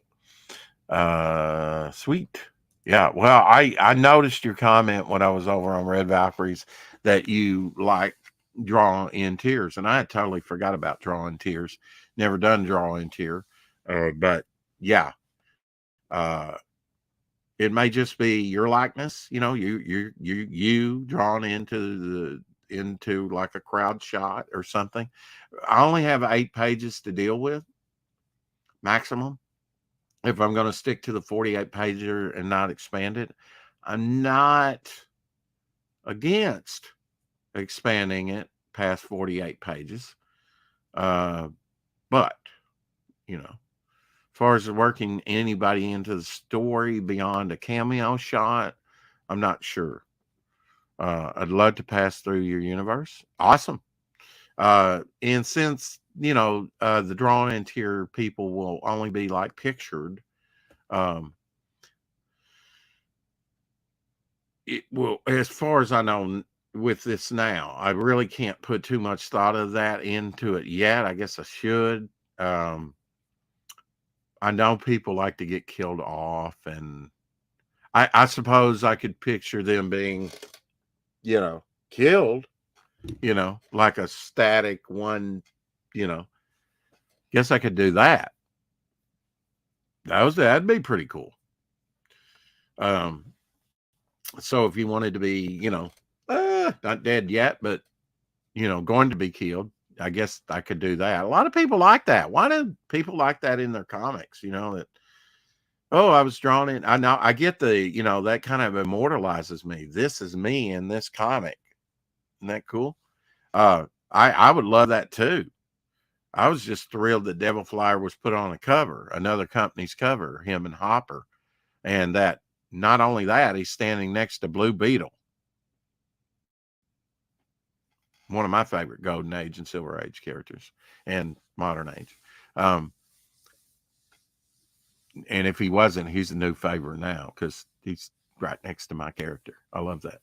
I want to be drawn in as the hero. Yeah, you could do that too. Absolutely. And could probably draw people in as a villain. We'll talk about it more, no takers on coming in, huh? I can't even get Shadowhawk to come in here and say hi. That's sad. That's just sad. Apex says, I almost have my Fembat sign-up page ready. I have a tough time enabling it to work. It's an honor just being there. Yeah, I mean, I just like to be drawn in. I would, I don't necessarily have to be killed or the hero or the villain not that I'd do a big story. I might picture you in a static thing like playing the hero or being the villain, one of those Doctor Doom moments, like with cosmic power coming out. I don't know. I'll come in and give me a sec. Okay. Yeah, that's just mind blowing that Ethan would eat FAP, but I understand that because Dillard had, we had a good conversation with Dillard the other night. It was early in the morning, actually, past midnight. Let me see if I can. I'll go ahead and drop in the chat the link. 360 subscribers. Thank you so much, folks. Appreciate the growth. Uncle E, if you had anything to do with it, and I suspect you did, just by that little EFAPing, wow, you know, what an awesome thing, you know, to grow the channel. Appreciate that, whether it was unintended or not. Okay, here we go. Let me just grab that YouTube. There we go. And there is that. It was not too long ago. Where am I at? Who knows? Where am I at? Let's see. That was 2 days ago with John. We talked for about 2.5 hours. Well, at least 2 hours.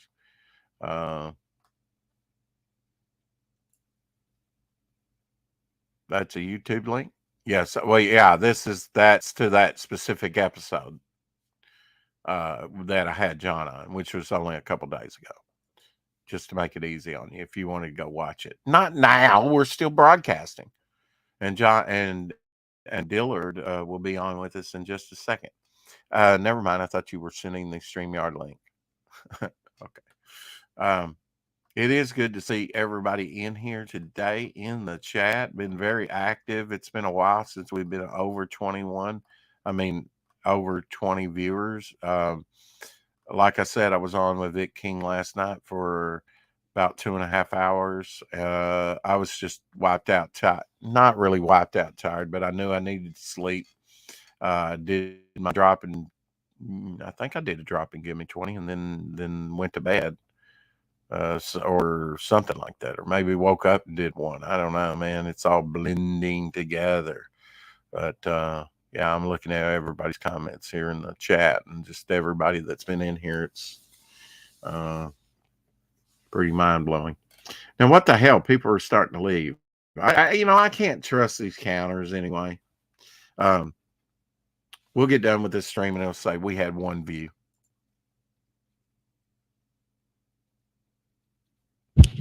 Hello, can you hear me? Yes. Hey, what's going on, Rex? How are you?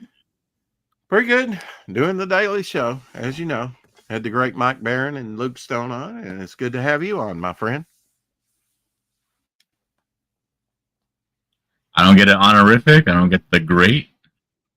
Hey, it says all-star cast. I wouldn't let you on if you weren't an all-star. That's what I'm talking about. Yeah. Still here, Rex. Levi says, well, you can come on too, Levi, if you want. And thanks for still being here.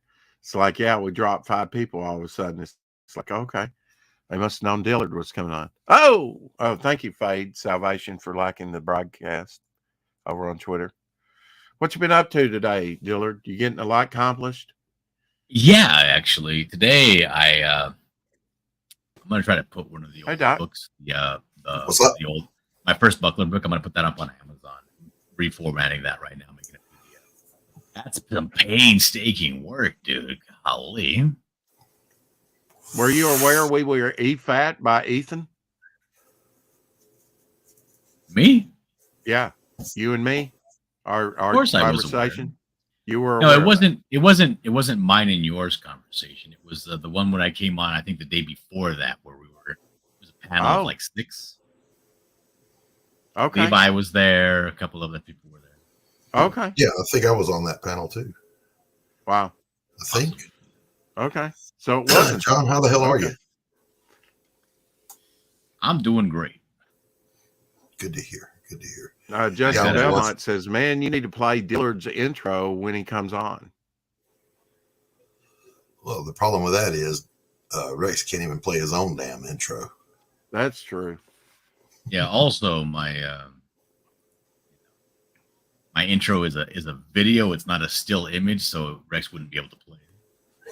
Yeah, he doesn't like things to be like like when you sit there in your editing booth, right, and you're editing the video and you're stretching out that timeline so you see like all 24 frames of that second, and you're making sure your video is perfect. Hey, you put it on Rex's show, it just chops into a still image. Rex's copy ass theater. Yeah. Oh hell, it's Carol. Carol's great. Why do you hate Carol? Shadowhawk, where are you? Are you sick? You got croup? You I got love listening to her laryngitis? whine and plead to get out of the basement. The rattling of the chains, the gnawing on the floorboards. Are you calling Carol the ghost of Christmas past? No, I keep her in my basement, John. Carol lives in my basement. Yes, what are you talking about? She's inside of Rex's shower right there. I can see her. Absolutely. Oh, she ducked down. You can't. Okay. Come and knock on my door. Take a step that is new. I don't want people knocking at my door. I really don't. It makes me paranoid. Yeah, they were. Remember when I was telling you the story of how I really wanted to get that cover looking good, and I showed you the cover. And I was like, I don't like it. That's what was EFAT. Yeah, okay. So where I was talking about how I'm really trying to make this book work and how I'm partners with Yellow Flash on it. Yes, caused the big old kerfluffle. I guess Ethan was very upset that I was having a rough time and Yellow Flash wasn't paying me money. But, I guess he didn't know that me and Yellow Flash were actually partners. He wasn't like hiring me to do it.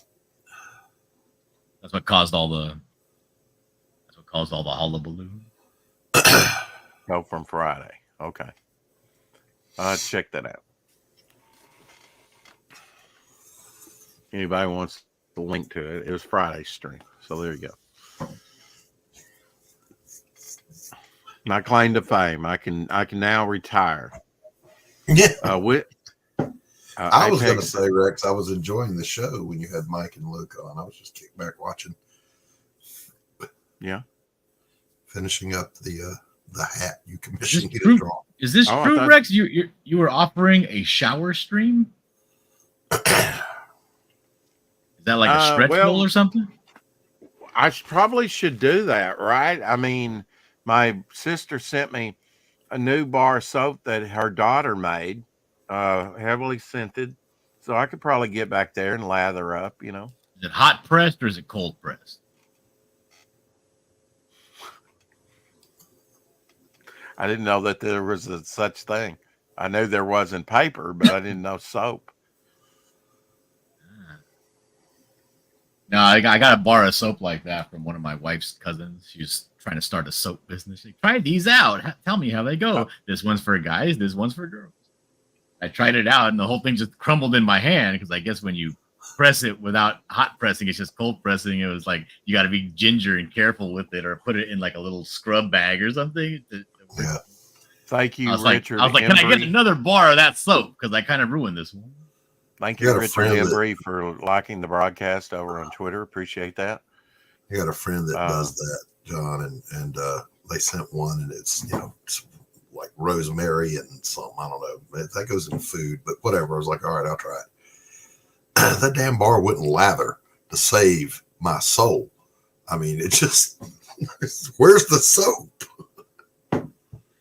Yeah, so actually, I think the lather for the soap is added in because the soap itself, real soap, doesn't lather, and people like to see like a visual cue of where is being cleaned, so they add that lather into the soap to make it lather. I mean, if it ain't lathering, it ain't cleaning me. Is what I did. Yeah, get out of here. Give me my Ivory. What's the brand that your wife overbought? Lifebuoy? Oh, Dial.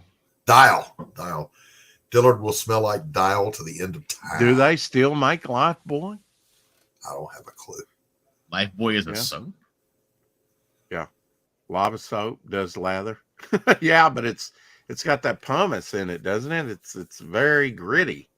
Lava soap is what you scrub your hands when you get oil or grease or right? Kind of like that orange goo stuff. I always have a stockpile of lava soap because when I used to drive trucks, like, you have to reach under to grab the kingpin and pull the kingpin lock. And I always end up getting oil right here on my forearm. Yep. Yeah, it does a great job getting rid of that oil. But alas. So if you went to the store, soap's gotten expensive just like everything else, folks. Everything's going to continue to go up because of what's happening in the Red Sea. What's happening in the Red Sea? You don't know? No, we don't know what's going on at the Red Sea. The Houthis are a terrorist group that's fighting for control of Yemen. And they decided they're in with Hamas. So they said, we're going to shoot and sink any ship going through here that has anything to do with Israel. And the rest of the world went, no, the fuck you're not. And they've been shooting down all the drones and missiles that they've been shooting. Well, then they fucked up and they attacked the U.S. Navy. So now they played FAFO, fuck around and find out, and it's not going well for them. But because of all that, ships are having to detour around Africa. Oh, gosh. That adds a fuck ton of cost to everything. Everything. Or it will. I think it's going to be a delayed reaction. No, it's already happening. Is it? It's already happening. Apparently, they didn't get the memo back when Iran tried the same damn thing, and we sank half their navy in 6 hours. Back in '87. So. Yeah, well, I've talked to you behind the scenes, Doc, about what you think about the future, what's going to happen with the leadership in this country. What about you, Dillard? What do you think? I have no idea. What's going to happen? I don't know what's going to. I don't even know who the leadership in this country is now. Well, we don't have any. Not really. Nobody at the head of the wheel, anyway. I get so disillusioned thinking about politics. I just don't anymore. Like nothing I think about or do or vote for ever does anything anyway. I'm basically throwing my vote away living in California. No matter what I do, it doesn't matter. Like everything, when I go and I vote for something, even if it's something, like that's got to be local, a dismal feeling.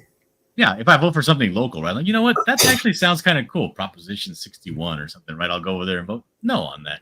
I look at the results and it's like 78% yes. I'm like, oh, okay, you know what? I don't care. Who cares?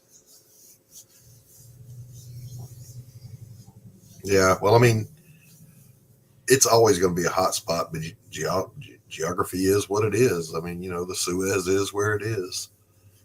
I think they said 15% of the world's oil flows through there, and like 30% of all manufactured goods flow through. I mean, I don't think they put. I mean, realistically, can you put a shipping route?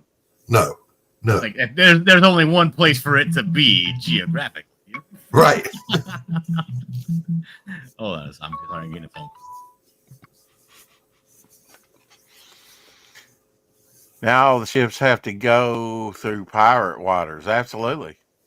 Yeah, I mean, Somalia is shaped like a 7, and the top part of the 7 is the Arabian Sea, and then the Indian Ocean is the vertical part of it. Well, if they're not going up into the Red Sea, then they're coming down the vertical part of the 7 to go around Africa. So you can look for some more of the pirates trying their stuff. But most ships that go through there now are carrying armed military veterans, contractors that'll, they'll fuck them up if they try. My main concern is China. Yeah, always. I mean, they're in international waters claiming. Yeah, but I don't know why. I won't say more than this, Rex. We'll see if Taiwan gets hit this year. I just don't know. The very cutting edge of Chinese technology as far as submarines, aircraft carriers, destroyers, fighters is right on par with our cutting edge 1980s technology. They're not in the same league. Everybody, same thing they did with the Soviet Union back in the Cold War. Would we do something? I guess internationally we would have to if they ever stepped their bounds. But nobody did anything when Trump was in there when they went into Hong Kong. Yeah, I'm not going to comment on the geopolitics of it all. Weakness and appeasement invites hostility. So why was Hong Kong took over? Deterrence, because Trump's hands deterrence were is peace through strength. Was Trump's hands tied when he was in office? That just let China go into Hong Kong like well, that? there was China. Hong Kong went back to China because of the treaty with England. It was supposed to go back to them. If you're talking about them coming in there and enforcing, yeah, their 1999, laws, the British left, right? Yeah. All that mess that happened recently, where the Hong Kong people were crying out, waving American flags, please, blah blah blah. There was nothing we could do. We don't have a treaty with them. They're part of China by treaty with the UK. So there's nothing we could do. Do we have no military presence in Hong Kong whatsoever? No. We have a huge military presence in the South China Sea. Well, you almost have to keep the peace, right? To keep the shipping lanes open. And also to respond to any country like North Korea or China or any aggressors in that area, right? But it's always going to be appeasement versus deterrence. Ter in that is from the same word as terror, from the Latin. It is to scare the shit out of the people that might do something bad. They don't. The muggers go after the little old ladies at the ATMs. They don't go after the big burly guy that's strapped. Right. So if well, I mean, look at the shooters that they go out of their way to go to malls or schools or things. Well, that no one. What I'm saying is geopolitically, if they perceive weakness, then they're going to test it. They'll push. If they perceive strength, they'll go, might not be a good idea. Here's your daily Pariah Blood and Mud Tapestry update. No, wrinkle check. Yeah, wrinkle check. I'm gonna mess with your head, Rex. I'm gonna go off camera while it's up there, throw it in the dryer, bring it back, and hang it up. That's what you'll do. Yeah, I hope it melts on you. Anyway, no, I mean, you could probably iron that out, but I just want to see how long will it take for those wrinkles to actually, because Anthony, your publisher said in a couple of weeks, I would say 3 weeks at the most, month at the outside. It's been a couple. I have a theory about that though, and Rex. The wrinkles are still there. It's not supporting its own weight. If you look, that's a 24 by 36 gessoed piece of plywood that I will eventually paint on. And it's actually resting on that. So it's not supporting its own weight. Okay. All right. I mean, you see that, right? You see it right there. Okay. Sorry about that. I'm sus about that. But anyway. Yeah. Oh, my wife wanted me to tell you, Rex, that all of this drama is your fault. Every bit of it, Rex. All of it. Yeah. Well, she blames this. This is why, as I told you, why you can't hang out with this guy. You get too comfortable. He fools you into opening up with his stupid Southern accent. I was like, yeah, he can hear you. And she's like, no, he can't. Shut up. And she hung up. I have a whip, and I will flatulate my flatulation. Flagellate. Thank you. Pull my finger. I'll do that later, like Gorgarians. What's your what? Never mind. Never mind.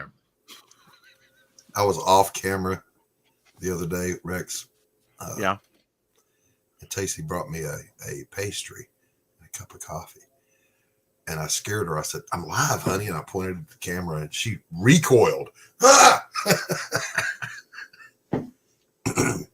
Camera's not on, honey. It's okay. I love pastry. Cat o' nine tails. Absolutely. Yeah. Everything, Carol, is Anthony's fault. Ultimately.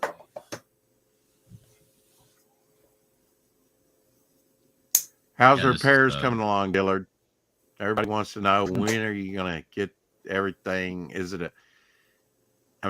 Is everything? See, what I knew it. Yeah, everything's in the works. It's a long-term thing, right? Which is why I actually bought the RV and set up the outside for long-term place to be, because it's gonna be months. You know? But like we're stable. Like we're stable. Like we have Carol a place to is be. sending night letters confirmed. Oh, like everything's steady. Everything's ready to go. I now can be here at my desk working full time again. We have hot water, cold water. We have heat. We have food. We have shelter. We have TV. We got Wi-Fi. It's just we'd like to be in the house. We'd like to be in the house, you know. Yeah. John, how big is your studio there? You're in an outbuilding, a freestanding building. It's pretty big, isn't it, John? How big is it? No, it's not too big. It's I think it's 9 feet by about 20 feet. Okay. That's pretty big. It's a good size. That's pretty big, I think. That's bigger than my space. This is only 10 by 10. So. Mm-hmm. And I restrict myself to the shower, so yes, 5 by 5. Maybe I should do a shower drawing stream. You know, set up a little desk in there. Not a drawing stream, Rex. Huh? They mean put on your rubber ducky thong and get in the shower. Yeah, that would be cool. Nobody wants to see Rex in a thong. Everybody wants to see Rex naked as the day he was born. You know that. Look, I'm just trying to keep it PG something. Okay. You think Rex? Well, you think Rex's wrinkled body in a duck thong is PG? NC-17. What does NC stand for? It's not that wrinkled. No children. But now keep me in the water a little bit. I will be a prune. He says I'll look it up right now. Albino looking prune, but a prune nonetheless. Yeah. No children 17 and under admitted, even with adult. So NC-17 is actually worse than R. Oh, okay. Because R, you can accompany children into if you have an adult with you. So no children under 17 are allowed, or 17 and under. So you have to be 18 and over. I could get one of those shower caps to put on. Get my loofah, you know, with some maybe. You can put a shower cap on. You can do anything you want, but you need to be nude from the neck down. Sure. And a rubber ducky. You got to have a rubber ducky. And you got to put the camera on the floor facing up, make you look powerful. I'll have to find some rubber duckies around here, but I could do that. Yeah. To make him look powerful. Wrinkled. Powerful wrinkle. According to John. Carol said, ew. Ew. No banana hammock can contain the moment. No thong. Yeah. Let me see that thong. Thong with the schlong. Baby. That thong, the thong, thong, thong. You don't like Cisco now, Rex? You're dancing off stage. And Rex is feeling larger. Airport. Oh, Lord. All right, let's see here. There we go. So this is Fund My Comics' sister platform, Fundiverse. Fundiverse. Okay, I guess that's how you say that. Okay, Fundiverse. That's what Luke was saying was the joke. Okay, all right. It's a joke because it's not diverse. I thought he wanted all the blue hair weirdos and Landwell over there. It was when I first saw Rex's classic interviewing skill, where he asks one of his guests a question, and as they're answering it, he cuts them off and shifts topic and doesn't listen to the answer to the first question. What do you think gets him over 20 viewers live? That Rex charisma, that Huelhauser-esque interviewing skill. Use guys. Love it when the baseline goes, did it. Tree Godwin says Rex moved the subject on to Yellow Nash, not paying, so Ethan can EFAT. Oh, Lord. Wow. That's yesterday's news, isn't it? Yellow Flash, I do know, said that he would not talk about any of this anymore. I'm not look, I don't presume for a second to speak for anybody, but I'm pretty sure Dillard is his own man. Okay. He's not responsible for anyone else's opinions but his own. What are you talking about? I'm a child who I need to be taken care of. Petulant child. Business dealings need to be done for me. I'm sure your wife will be happy to fill in for you in that capacity, and be the boss and lord over you if you would only give her a chance.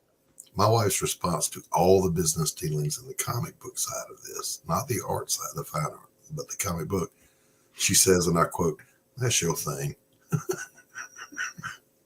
She don't want anything to do with it. Not since the Piper's hard-hitting interview style.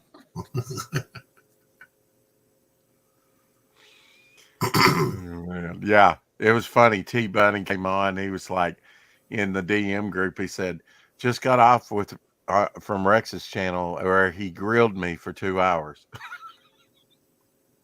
You drilled him for 2 hours? That's grilled with a G. Rex just drilled like him for 2 hours. Don't try and make that something perverted, Doc. Really, really.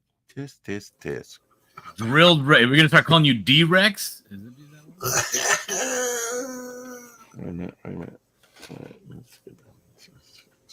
Poor T Bunny. No wonder he hasn't been back since. There's D-Rex getting drilled on the daily. He's been back since then. I believe he's been back since then. It's been a while since we've had T. Rex always keeping the back door open for strudel. Poor Bunny walking funny after Rex's show. Got to be careful after 40, trauma to the rectum. Hard to repair. You throw your spleen out. I did that years ago. Anyway, they call that momentum. They call Rex old pink sock Rex. Pink sock Rex. Well, it's better than what Phil Diaz was accused of doing with the sock. Just saying. Oh. Is it though? I don't know. You don't use a sock for that, folks. Come on. Well, what do you use? A knot in a tree? What are you, a barbarian? I'll never tell. That's personal, Dillard. We don't talk about such things on here. Thank you very much. All right. John, got any art you want to show off? Well, I got a sketch. John. You want to see a sketch? I'd love to see a sketch, brother. I'm working on a new cover. Right? Be wonderful if it said this. Oh, is this the one to replace the one you weren't happy with? Yes. Let's see it. Cool. Oh, I'll show you. And Bigonadium Rex. No need. He's going to share screen, Doc. That's true, Doc. Although, and I don't think that this is Doc's first time on YouTube. I don't think my potato cam can handle such glorious looking jowline as Dillard has. Yeah. Check it out. Here it is. Oh, I like that. It's gonna be hot fire like Dylan. Well, now that is totally different direction than you went with the first. Yeah. I like this. I like this a lot. That's very good. Yes. The foreground characters pointing in. So he's going to be rising up, resolute. I'm ready to fight. I ain't dead yet. He got just smashed into the ground. He's standing back up, and he's surrounded by the enemy. Very cool. Very cool. Very cool indeed. That's great. What you call pulling out all the stops right there. That's cover. Going to be way better than Rex's cover. You had one of those moments, didn't you? He's like, man, I'm doing. Dude, I've been sitting there racking my brain. Like I'm working on like Affinity page or something, and I'll be like, wait a minute. Oh no, bad idea. I'll be like, wait. Like remember that old the old Betty Boop cartoon with the old man that would always have ideas and he'd go and a little light bulb would start to come on, but then it would turn off, and you go, no. Yep. I'm doing all the things on this cover, all of them. Well, now there is a cover that I want to do that because Carmen Infantino said there's, I forget how many things he said, maybe 10 things that make a successful cover. One's like gorillas, you know, they always saw gorillas, you know, their sales spike when you put a gorilla on the cover. I can see that because I was a kid once, and, you know, but there's, and the color purple. And so I'm going to maybe have Dillard at some point do me, you know, purple one gorilla, of those. grape ape. Let's get it all. You're gonna in have there. a cover. You're gonna have a cover that has all 10 things in there with the gorilla and the color purple. Right? Yeah, it may be a wraparound cover, but you know, to Grape ape, afford grape you ape. more space. But absolutely, yeah, Grape I want to ape. see it. But now, if it's folded around, is it really? No, it you doesn't know, count. You're getting No, everything it has on to one, be on the cover. It can't be on the wrapped front, right? On the front, absolutely. Otherwise, you might as well do a poster. As a around. consumer, Does this mean that I can charge you the cost of 7 covers?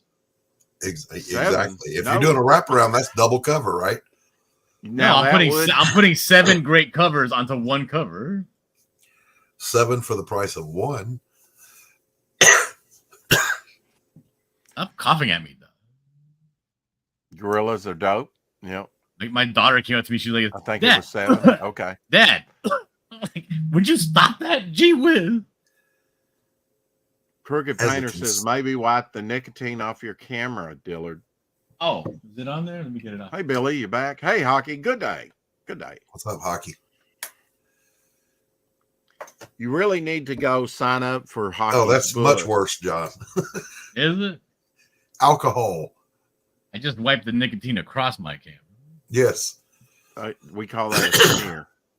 A pap smear. As a consumer, I never liked wraparound covers. I don't want to have to open my comic book out flat to see the whole image. Okay. Well, that's why I'm giving you a choice, Doc, on my campaign. Mm-hmm, mm-hmm. Which you'll probably get a copy anyway. So I don't know what you're Carol, he about. did. Although I'm going to hold you, Doc. You said, yes, I will back your book when it comes out. I will. So I'm going to see if you'll back my first big campaign. But I want comps, Rex. Oh, you'll get comps. If I did the work, I get comps. You'll get some extra stuff sent to you for sure. Still not saying comps. You're saying stuff. You'll get something. You'll get stuff. You'll get something. Well, I like to send me a Band-Aid, a used gift card. I might have some old Ninja Turtle Band-Aids. I might even have some SpongeBob Band-Aids. I don't know. They do have stuff like that. Character Band-Aids. Comps, Rex, yes. Yes, Carol. I need to get with Carol over the tapestry, and I'll have Carol do some more coloring for me here pretty soon. Hey, it's nice to see you, Colonel Moore. Oh, where did I miss it? Oh, yeah. Yeah, I might finally get my pig. Yeah. Bag my book, Doc, or the pig gets it. You got to get him closer to the mic when you do that. Well, I had my car phone sitting on him.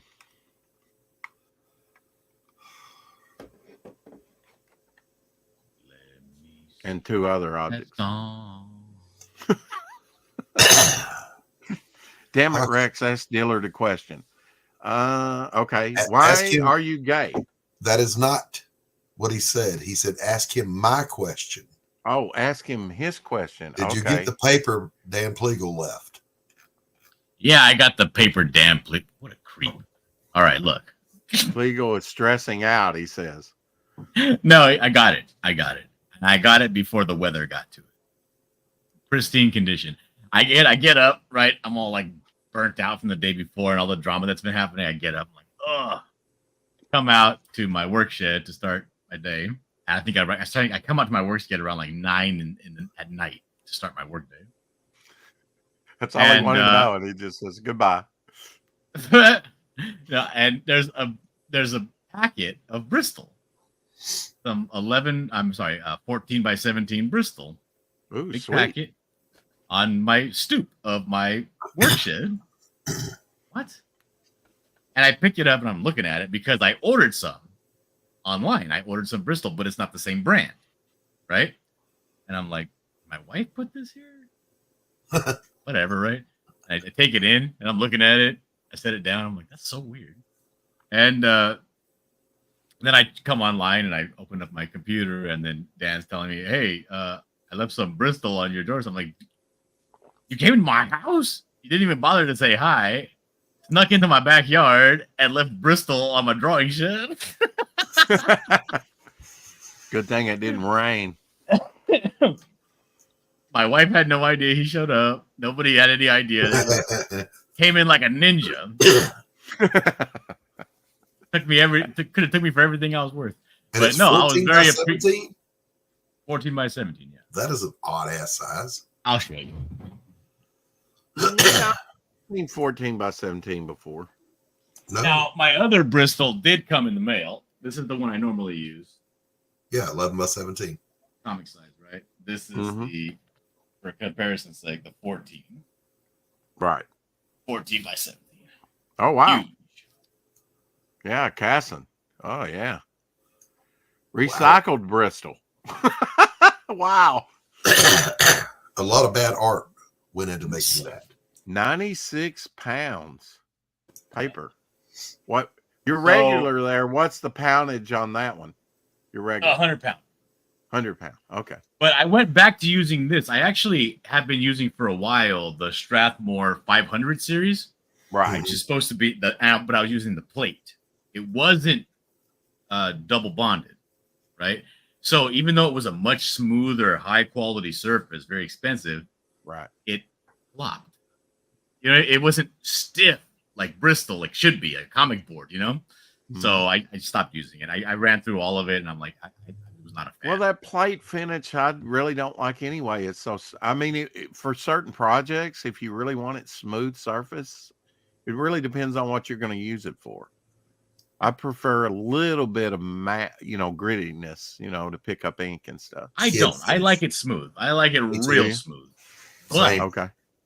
You got to be ready for it, because if you go from working on a 300 series to a 500 plate, like it's almost like you're on like an ice rink. Like your hand might move too fast. You got to be ready for it. But and I'm super appreciative, because I was telling him in a backroom chat, we were hanging out, and I was like, I'm out of Bristol. I don't want to go to Michael's. I hate Michael's. It's in the wrong part of town now, and I got it. But so I ordered some on Amazon, but it's it said next day delivery, but I ordered it at 2 a.m.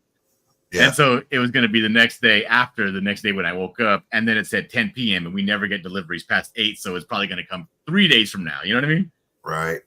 And Dan Pleagle, Boob Dan, drove over here from his house and brought me a pack of Bristol. That's awesome. Champion. It's awesome. Now, didn't Dan come to your barbecue, or did he? Yeah, that's how he knew where I lived. Yeah. Okay. And he's been in here. We took pictures in here because this is where I stream from. I'm going to get to the controversy of Quaff eating all the corn. We're going to have on Quaff here pretty soon on the channel. You mean pretty soon, in a couple of minutes, or another day? Another day. I'm ready right now. Yeah, I'm working with his schedule on that to get Quaff on. He's got one of the fullest head of hairs in CG. And he has one of the fullest bellies in CG, filled with my corn. Yeah, right. And I want to get to because everyone that was there that I've talked to said he ate all the corn. What's up with that? You're asking me? I didn't eat all the corn. Yeah. I thought you might have some thoughts. You know what? It's not just the corn he ate all of. It he was ate all corn. the hot dogs, all the bratwurst, all of our eggplant. I don't know what it is with that guy. He ate everything.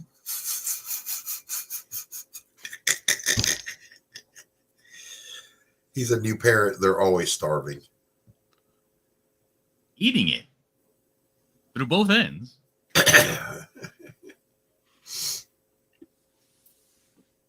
The pictures through your windows was payment enough. Maybe he took a camera and he's scoping it out. He's fortunate going that there wasn't a killer. I bet you any money. Boob Dan's gonna post. There's gonna be a tweet out there with pictures of my feet when I'm sleeping. Well, he's fortunate there wasn't a killer bull or a goat or a tack Mexican. dog out there. Yeah, or killer Mexican from down in the ditch behind your ravine behind your house. Outrageous. No, I'm super appreciative of that. I would have loved to have said hi, but when he came, I was asleep, I guess. Yeah. That was super nice of him. I was tickled pink. Hockey said it was probably at 3 a.m. in the morning. Anyway, Dillard's usually up at 3 a.m. in the morning. Yeah, certainly wasn't 3 a.m. Like it was sometime between probably 4 in the afternoon and 9:30. That's when I was asleep. I thought Vic King had the feet pictures. Does he have feet pictures? I think that was a thing a year or so ago about his feet. I don't know. Hockey says, I know where you live too. Doc, did you get any snow? No, we were 61 degrees today. Oh, wow. Snap. You're one of the few people. Yeah, it was. I actually ran my air conditioner a little bit in my studio. God. I dare do that. I'd freeze. Well, I had left the heat running back here when I came in this morning, and it was rather warm. So I had to turn it off and fire up the air so I could work.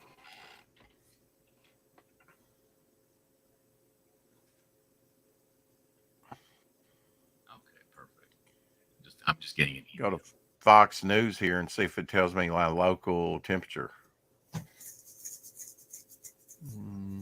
Lorenzo, the link is in the chat, but Rex blocked you from seeing it. No, I didn't block him. Shadowhawk says it was negative 20 when he got up this morning, and Carol says it's 20 degrees where she's at in the basement. Wow. Because I don't run heat down there. Rex, is this what you do on your show? You talk about the weather? Well, I'm very protective of Doc. He probably thinks so, I am mad at him for criticizing my interview style, but I'm a bigger man than he is, obviously. And is that true, Doc? You have tiny penis?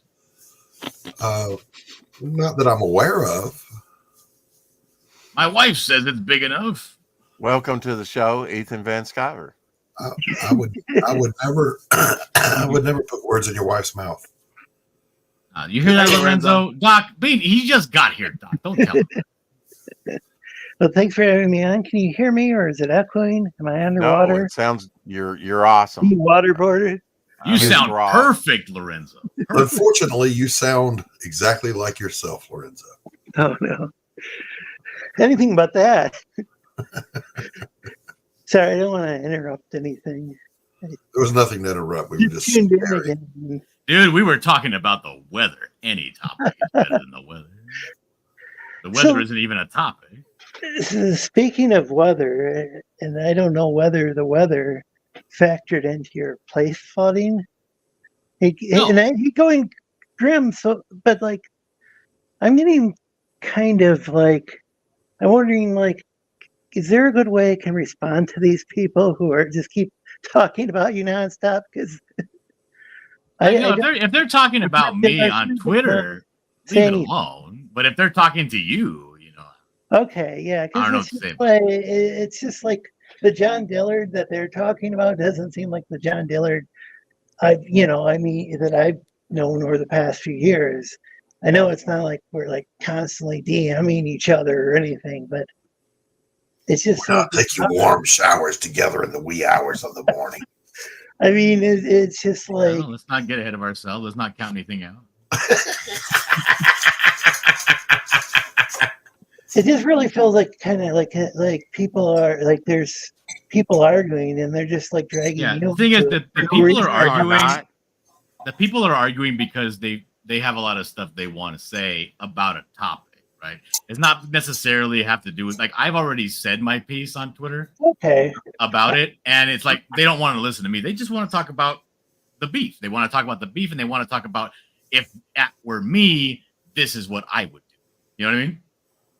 And that's okay. That's fine to speculate on. Like, when you sit down and you see somebody do a campaign that does like $600,000, right? And you're like, what I do? You know what I would do if I had six? It's fun to think about. It's fun to talk about. It's fun to debate about. I don't see any problem with it really. It doesn't hurt me. I'm not like. It's just... Yeah, a certain comic writer blocked me a while back, and you now seem to be in business partnership with him on a book, and still I find myself saying, hey, I'm going to trust Dillard on what he says about this guy. I'm not going to trust all these, randos who are speculating. Right. I mean, like, you know me. My DMs are open. Rex, you shoot me links in my DMs. You don't even got to be my friend to DM me. My DMs are just open. If you're interested, if you're worried about something's going on, I'm right here. And what I remember is there have been times in the past when there was stuff going on, like drama, and like you specifically made it known that you didn't want to be dragged into it, whether Yeah. And that's what over time I really. I mean, you might like maybe like back in the day you'd be on Drawn and Quartered, you might like talk smack or whatever as part of the show, might kind of, I'm saying, joke around and stuff and with people, but you're very professional, and that you're not like into all this gossip and stuff. Dillard, can you say unequivocally, hi, Comicsgate? Comicsgate. Whisper. Are you one of them too? Mother. I've been getting DMs. Are you still Comicsgate? Why the fuck wouldn't I be Comicsgate? I don't even know what they mean anymore because. Oh, don't even start that, Lorenzo. No, seriously, like all these people are like, one day they're Comicsgate and then they're like, oh, wait. Something else. Oh. It's like, what? Okay. Eric July complains about the same things Comicsgate does, but he's not he's calling himself Comicsgate. Yeah, it's just my interest in this topic is precisely zilch, zero, none. My interest in this topic is unbounded. I love this topic. Wait a minute.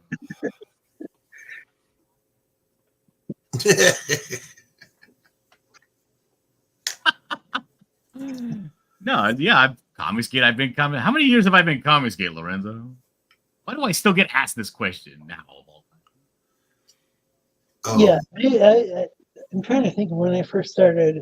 I first saw you on Good Duck Press. Something that's not even. I don't even.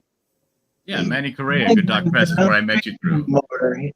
And then basically, since you've known me, and you've known me for what, 5-6 years? Yeah, that's what it's been really early on because Good Duck Press and then Rick's channel after that. Those were like and your channel.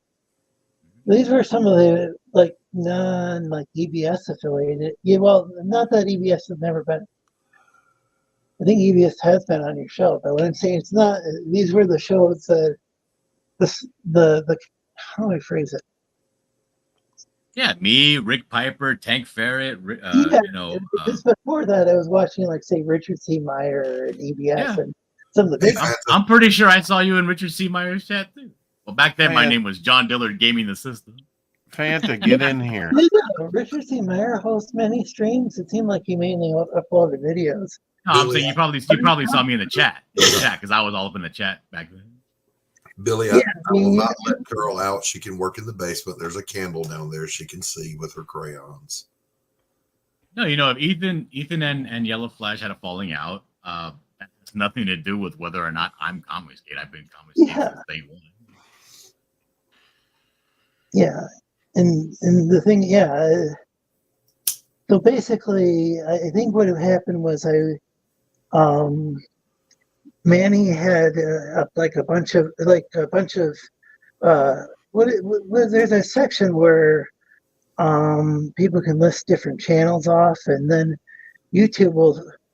And I think he had like comic artist pro secrets on there or something like that. Oh, the related channels or something like that. Yeah, and so welcome to the show, Ethan Van Sciver. YouTube algorithm recommended any show, and I tuned in, and it's like, well, this is some interesting stuff. There's some smaller. This is some smaller creator that I didn't see on Ethan's show, but doing some good. There's a lot of really creative people on there, and so, and you were one of the people on there, and Rick, I went through there, a whole bunch of people I still watch. Hey, Fanta. Hi. Hey, Fanta, did you do a video on me? I'm just curious. I was working on it when I clicked on here. Oh, okay. So you interrupted her. Because Rex has had an influx of subscribers, and he wants to know if you're responsible. No. Right. I want to give credit where credit's due, Fanta, and lick your kneecaps. Oh, good God Almighty! No, I haven't finished my video yet. Sorry, Doc. I need your. I was going to get your trailer. The one Doc made. Oh. You mean this Rex? One?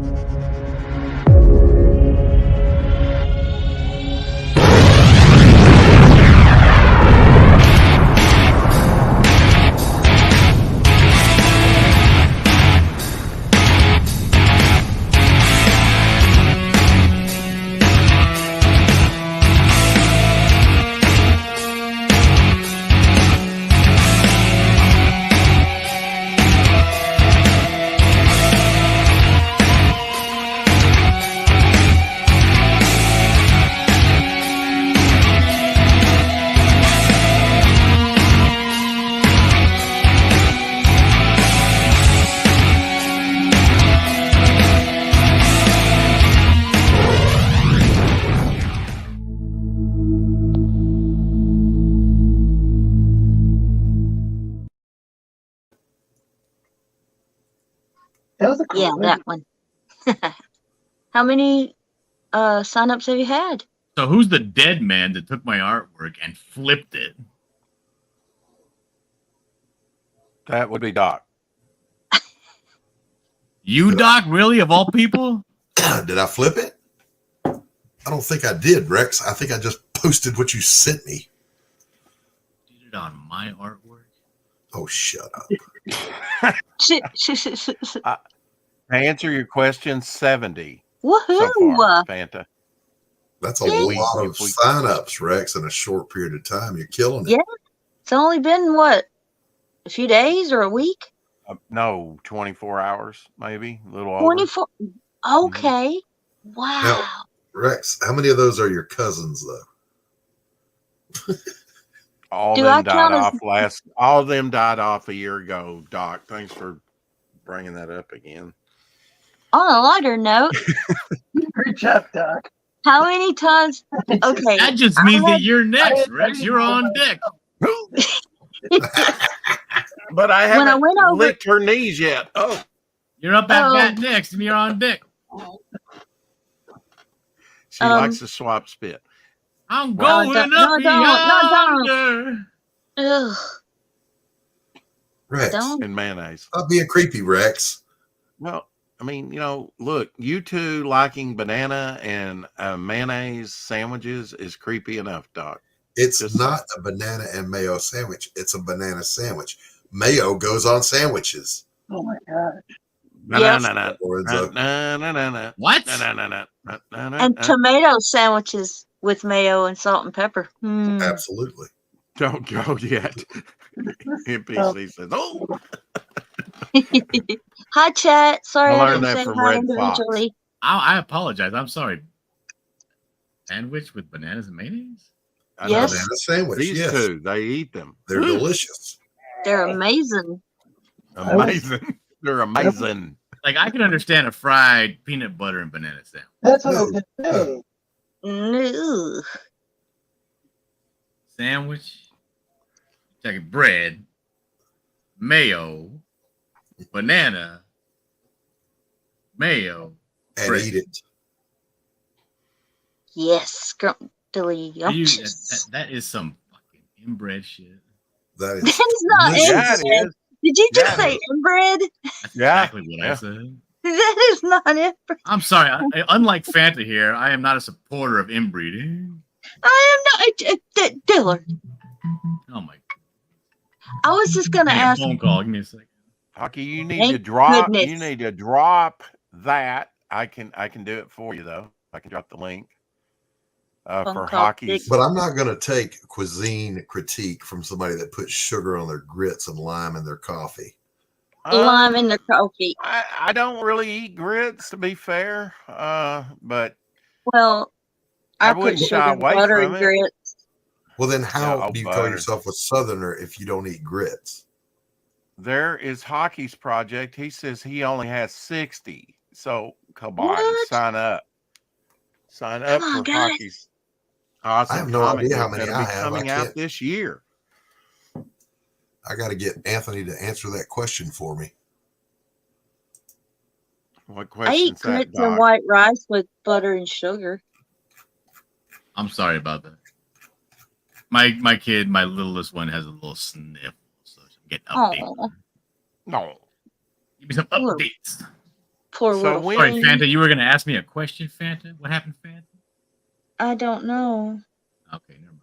Oh, I was gonna ask about the sign up, the mail up thing. When you click on it, it has your email right there already, right? So when I was gonna record it, I refreshed it for some reason, and then there was my email again. So I redid it like 3 times. Does that count as 3, or is that just me once?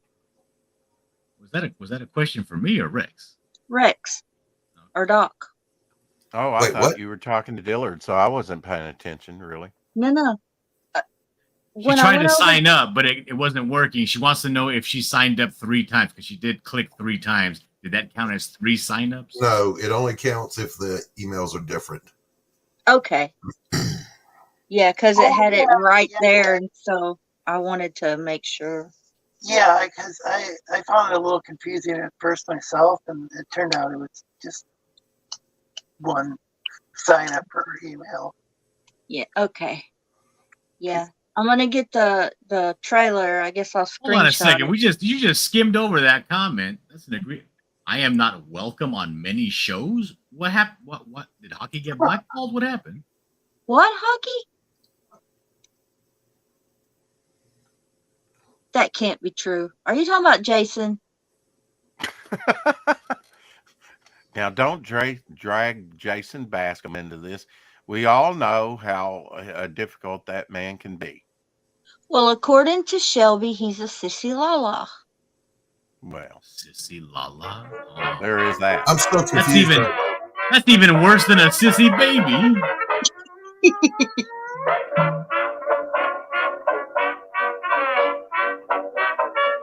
Here's a sign up in the chat. Go sign up for this great book. Yes. He was showing some pages the other day. It's going to be an awesome project. Can't wait. In fact, that's one of the most anticipated books in my book, along with Doc's and whatever Dillard's doing, and Lorenzo's secret project, and Infantis too. Of 2024. So it's going to be a good year. Yeah.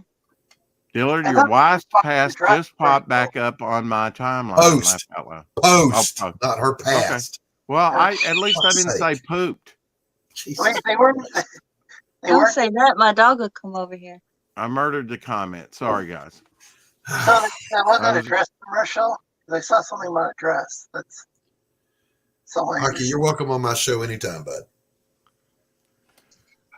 And when I start one, you'll be welcome on mine. What's that book about? Jenny is thrown into adventure, mystery, and murder after buying a beautiful old dress. You get a bookmark, a special bookmark with your physical purchase for signing up. Jenny didn't want to go to the party. Jenny found her dream dress in an old curiosity shop, and when she put it on, she was transported to the 1920s jazz hall. She soon discovers a murder plot and sets out to save the victim. 24-page black and white comic, a standalone within a series about oddities purchased from the Curiosity Emporium, inspired by stories from Twilight Zone and Tales from the Crypt. Yeah. I find it very curious indeed that she wasn't transported to a 1920s kitchen.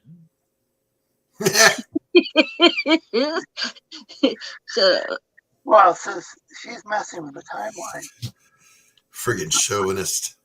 I just have to say that when I said Shelby calls Jason a sissy lala, XOXO Jason, XOXO, wasn't me. XOXO. We love you. So what if she solves the murder? Oh, it's the bad luck Brian post. You don't exactly of it. Did you guys see that post? Yeah, I just saw it a minute ago. She put it in the group chat. I'm sorry. Hello, George. Oh, for fuck's sake. It's George Peter Gatz's. Greetings. Hi, George. Every time he comes on, this winds up being my thumbnail for some reason. What? Yeah, every time you come on, you wind up being a thumbnail almost. I don't look like a thumb. Well, kind of a blue beast thumb. It's a teddy bear, isn't it? Teddy bear?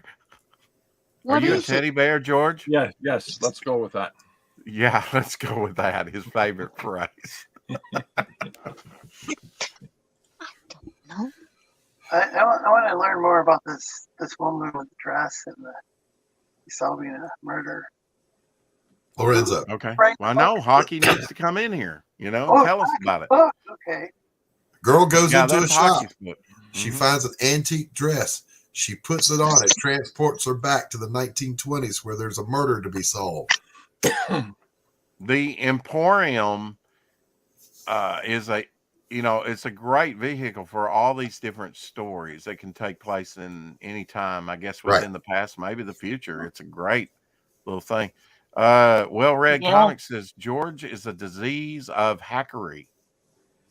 And well-read is a consistent bullshit artist.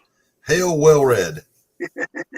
Yeah, remember that old cartoon where there was a bunch of it was a library with a bunch of books on the wall, and it would open a book and all the characters would come out of the books and you could go in. Oh yeah, that was awesome.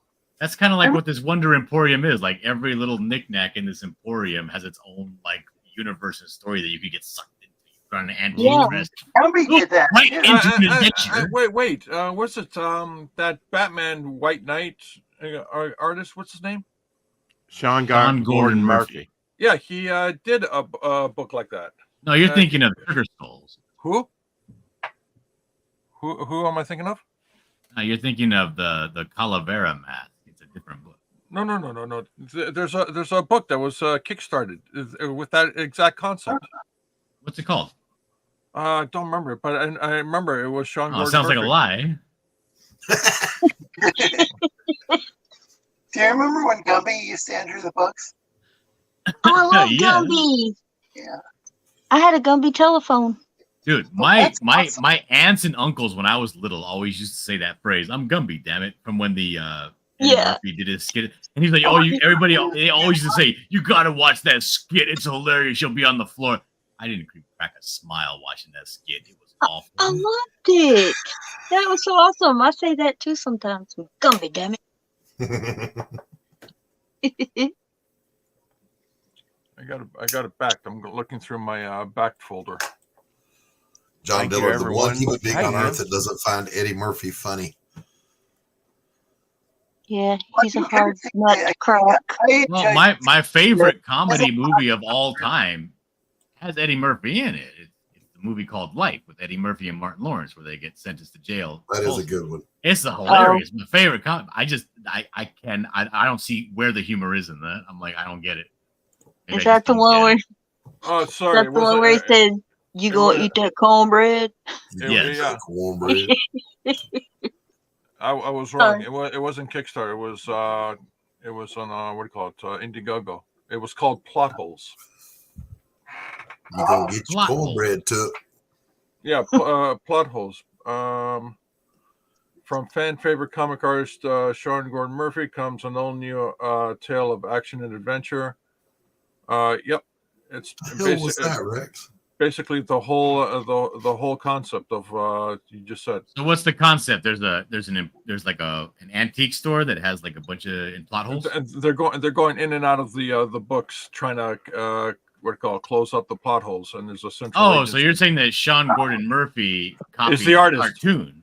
Is the artist, the guy who works on Batman White Knight? Okay, you got to listen here. Oh, you got to listen. That sounds good. If Sean Gordon Murphy made a comic book about going into a library and going into books to fix plot holes, yes, then that's kind of like Sean Gordon Murphy copying the old cartoon from back in the day. Yes, all not like the Emporium where you pick an item and that transports you to a story. Like Gumby. No. Huh? No. You never seen it's Gumby? It's like a thrift store, and you go and you pick up an item or put an item on, and you're transported to the time period from that item, and there could be all kinds of shenanigans. Oh, like Warehouse 13 and Warehouse 13 and was it Friday the 13th? I don't know. I never watched those. I agree. I agree with Well Read now. Come on, man. These guys, where's your geek cred? Don't you guys watch TV and stuff like that? Not anymore. I like that. Oh, God, gosh darn it. Even Well Read in the chat calls out Gumby. I love Gumby. I said I had a Gumby telephone. You have a Gumby telephone? For what? I did. Oh. Gumby chewable telephone? To talk on, John. You use what now? Talk. I'm sorry, say it again. He was in like a sitting position, and you just sat him down, and that hung it up. And then when it rang, you just picked it up, and there you go. John, is your guitar hanging crooked or is your camera crooked? Both. Okay. All right. Oh, by the way, I forgot to start with my opening line. I'm here to defend the honor of Hargrave.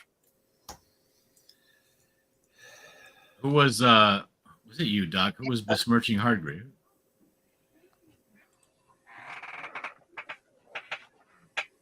I ain't said nothing. George, who was besmirching Hargrave? George. Everybody.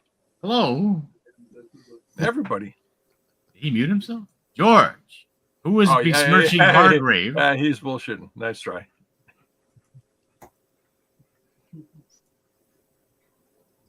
I don't know what. Put him out and put him back in. Maybe he's something fucked up. I can hear him. I heard him. You heard him? Yeah. Hold on a second. Hold on a second.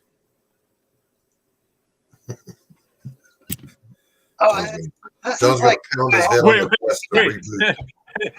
Dillard has a microphone or ear mics that only are picky and choosy. Is he back yet? I'm back. What happened? George. You got picky, choosy mics? I see. I got picky, choosy mics. Now you can hear it. Now you can hear George. Hargrave is great, but I still got to agree with W. Thank you, Levi. Well read, kick George. So what happened with Well Read and Hargrave? Huh? Oh, it's terrible. It's terrible. I tell you. You know. I gotta hear it now. Epic fight. Epic fight.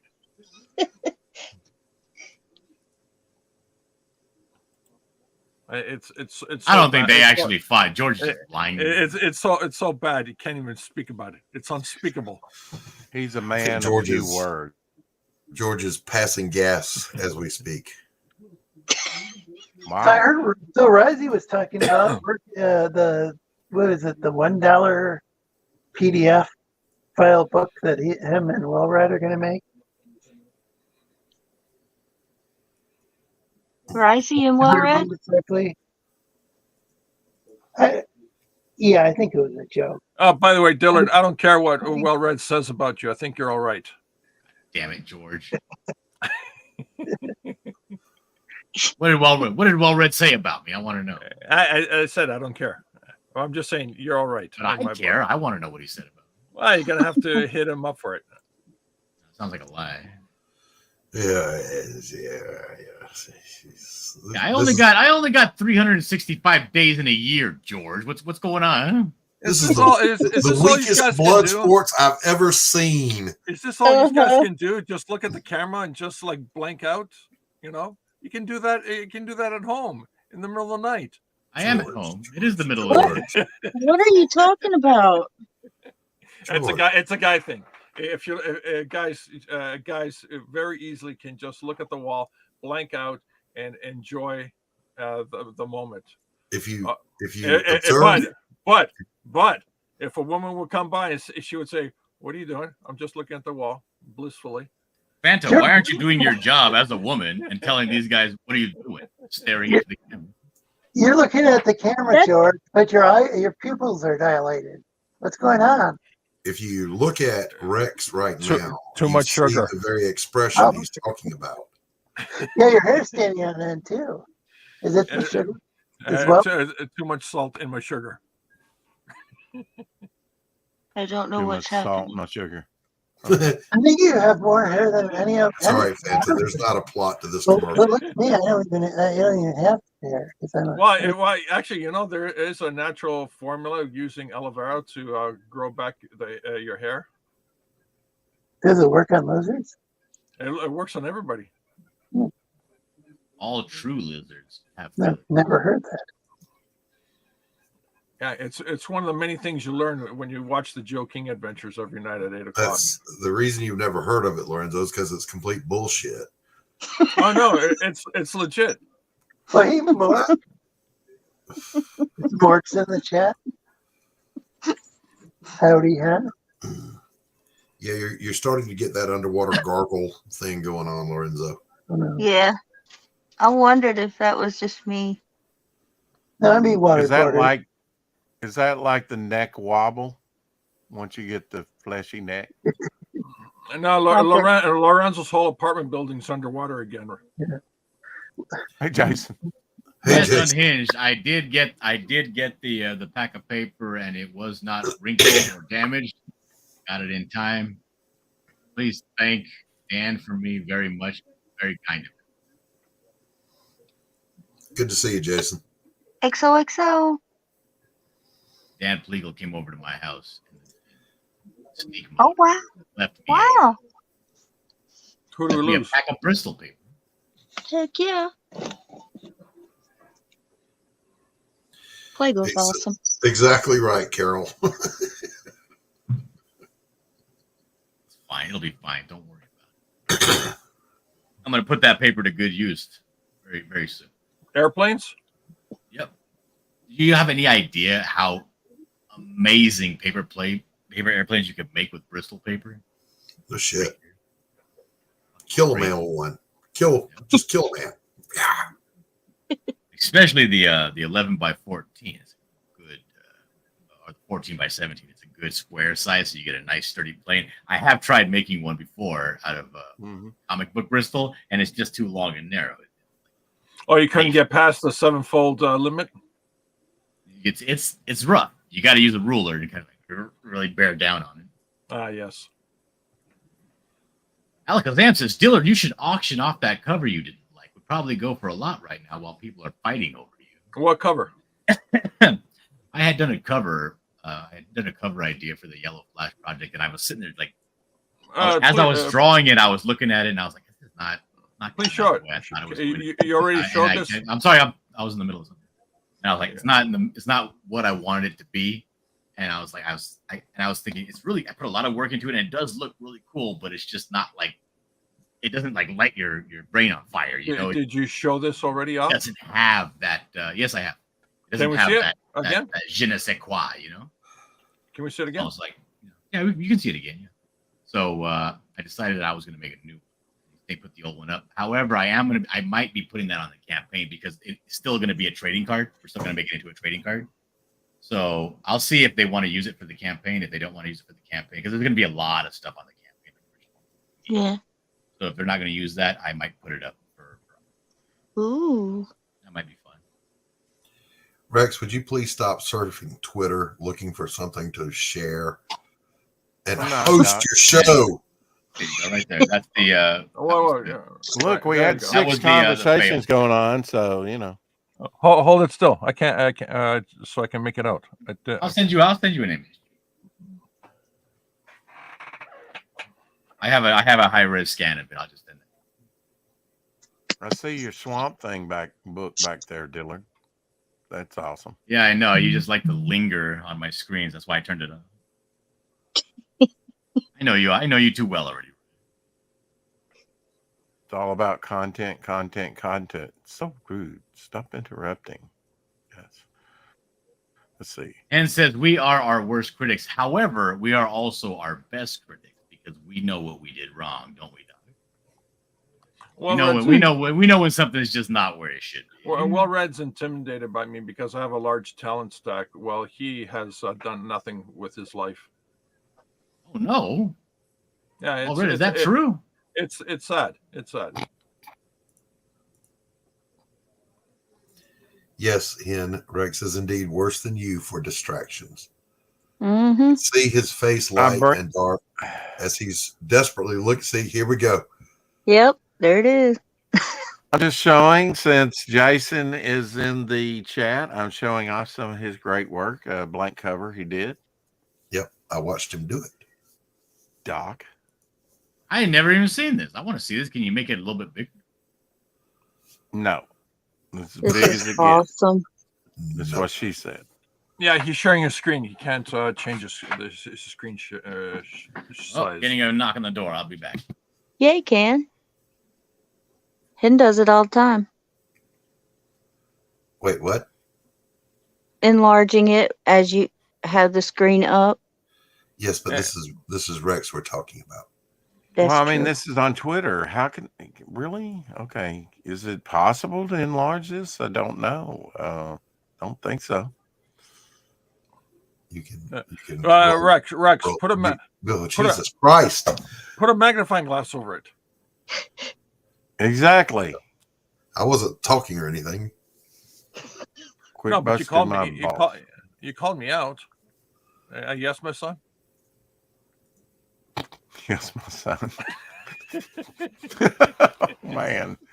Yeah, see, at some point something sticks and it's funny. Gosh, these guys are just sitting there. You can't even try things. What I was going to say, Rex, is usually when you're hovering over a social media, you can scroll you can roll your mouse wheel forward and it will enlarge. I really don't. Hen says she opens in a separate but tab. I'll go back to it. Hen says she opens. I mean, I'm taking an image right from a post on Twitter. Shit. I don't think you have that option to do that, Doc. No matter how much you roll the wheel. Hen says, so I open it in another tab and then enlarge it. Wait. Can you right click on it? Can you right click on that image? Let's see here. For fuck's sake. It's like playing cards with my sister's kids. All right. Right click. Right click on the image. And then open a new tab.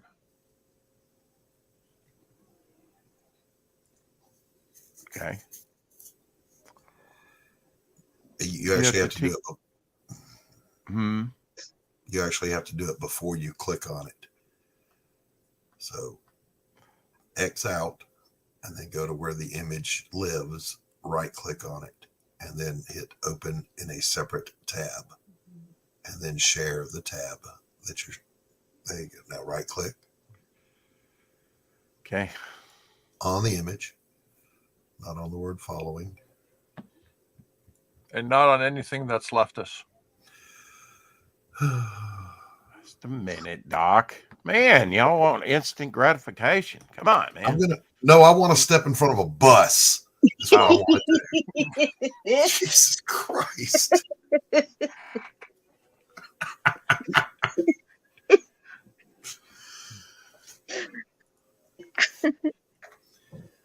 I swear to God, I thought I was the most technologically illiterate person in the world till I met Rex. You're doing good, Rex. You're almost there.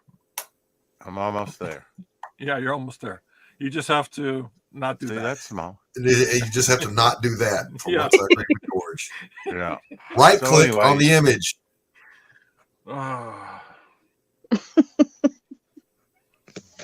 I did. It's already bigger than it was. Okay. All right. Okay, Rex. I know what's wrong here. Okay, so you right click on the image, and then you go into your wallet. You get your credit card out, and you tell me the 3 numbers on the back of the card. Everything will be okay. It's not going to make it any bigger. Good job, Rex. Good job. Yeah. Good job. Good job. You did good. Yes, that's exactly what we're looking for. Give it up, everybody. Give it up. How about the poetry snaps? Let's see. I'm kicking you. I'm kicking you. I'm going to keep you, and I kick him, and it's just you and me, Fanta. And George dropped out. Fanta was right there with us on that, but you didn't want to kick her because she's Fanta. Yeah. See? You've done it before.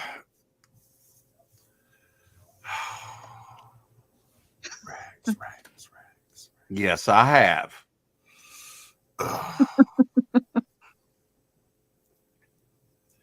Poor Rex.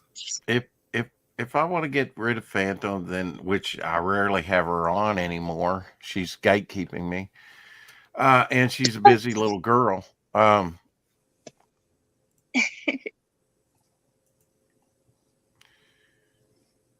was invited. It does, Carol. It does. Shadow's voice is non-existent. Having a hard time with it. Dojo Coon invited me. We haven't set up anything yet, but he said incendiary. Yeah. Aren't you on that show with him?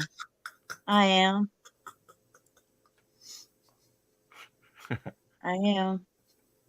They speak a different kind of English in Arkansas.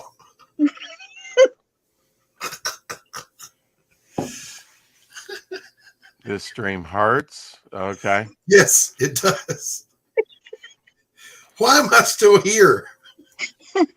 I don't know. I have a life. Yeah. Not much of one, but you do have a life. It's a little bit, little life. Look, if computers had to pull start, Rex would rule this. If computers had a pull start, oh, Jesus Christ. Rex. Look. This is actually the best stream ever. Doc, after your criticism of my interviewing skills, I don't give a damn anymore. I'm devastated. Rex, here's a tip. When you ask a guest on your show a question, listen to the answer.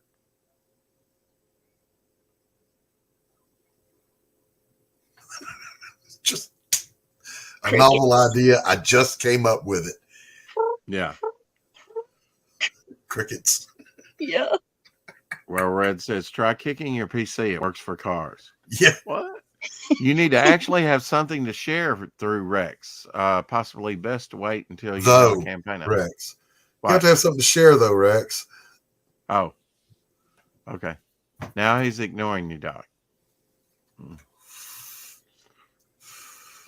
It's all the information's coming too fast for me today. You'll be on our show once it launches. Yeah. Rex, Hen said kick yourself. Right, I got you. I mean 3, 2, 1 kick. Yeah, laugh out loud, kick Rex. Okay. Welcome to Doc's Coffee Shop, the best podcast on.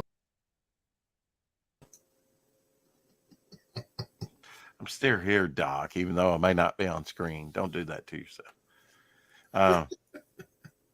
What am I, stupid? That's a rhetorical question, by the way. Show us the Darth Maul mask behind you. No, Doc will want me in big in it. No, I'm not going back there and get it. Back there. Back there.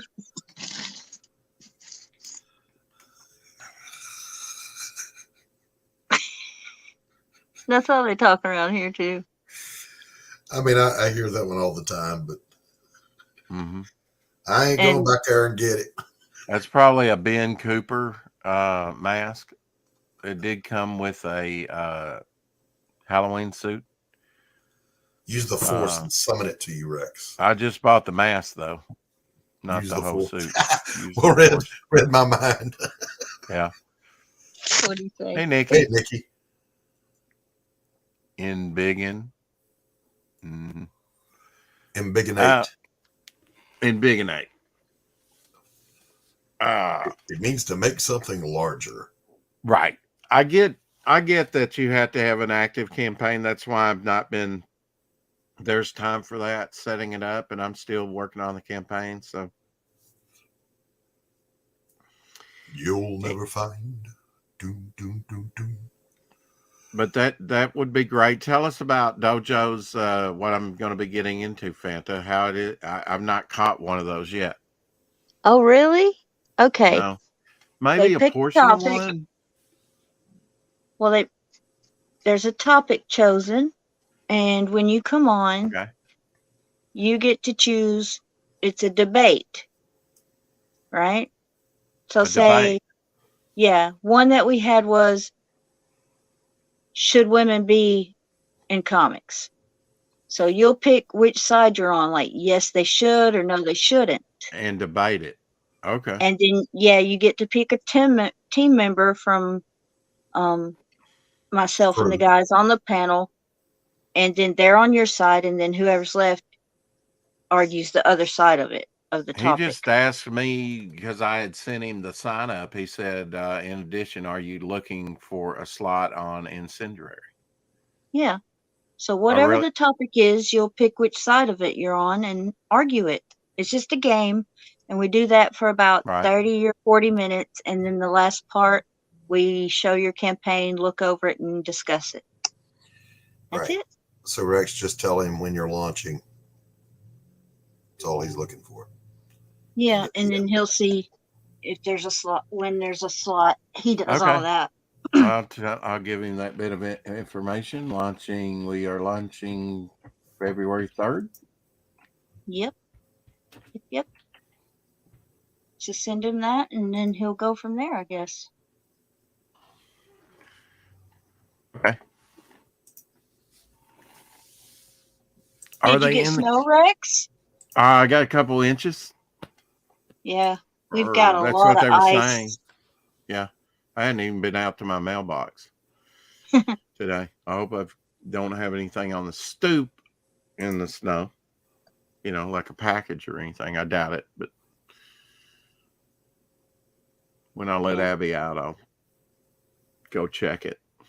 It's all first white stuff we've gotten, Fanta, really, that had any accumulation whatsoever. Us too. We got ice and snow. Yeah. Well, it's definitely cold here. What, Doc? You're up in the northern part of the state, aren't you? I am northeast. Northeast, so you're up near the mountains, yeah. Mm-hmm. Are you near the Tennessee River? Yep. Right on. I'm down in the Arkansas.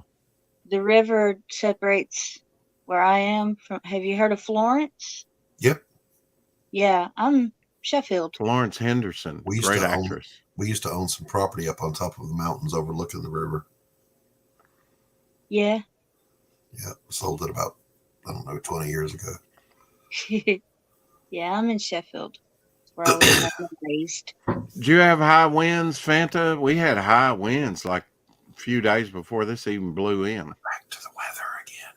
I don't Well, know. I don't care, Doc. That's what I want to talk about. My nervous system can only take so much. I don't know. I haven't been outside in Mm-hmm. days, so.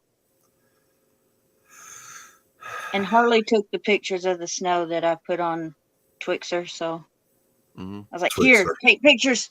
Yeah. Twixter. So my wife made kielbasa, cabbage, and potatoes for dinner, and it was amazing. Just want to put that out there.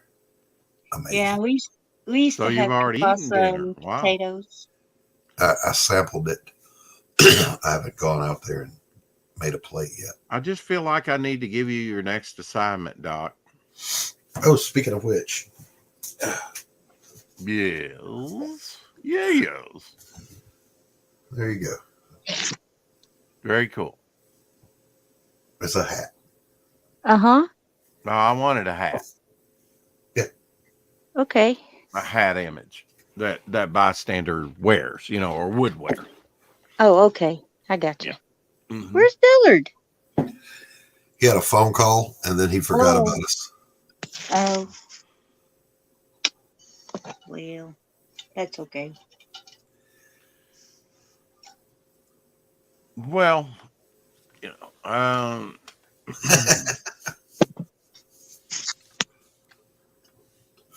happy birthday, Glenn Fleming, by the way. Can everybody say happy birthday to Glenn? I already have, but happy birthday, Glenn Fleming. Okay. Happy birthday, Glenn. Bastard you. Just a reminder, tomorrow we'll have Nicholas Gear on talking about Tin Soldier, but before that at 2. Oh, I'm back. What's up? What did I miss? We were talking about the weather again.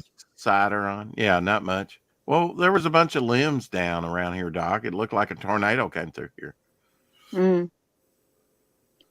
Everything here's just shut down. Even DoorDash is shut down. Yeah. Mm-hmm. You want me to bring you some of this cabbage and kielbasa? Ooh, yes, please. I could actually get to where you're at quicker than I can get to Savannah. Really? Yeah. Does that not sound appetizing to you, John? You're shaking your head. Doc's cabbage and his kielbasa? Kielbasa, yeah. And potatoes. Yes. I mean, I'm not a woman, so.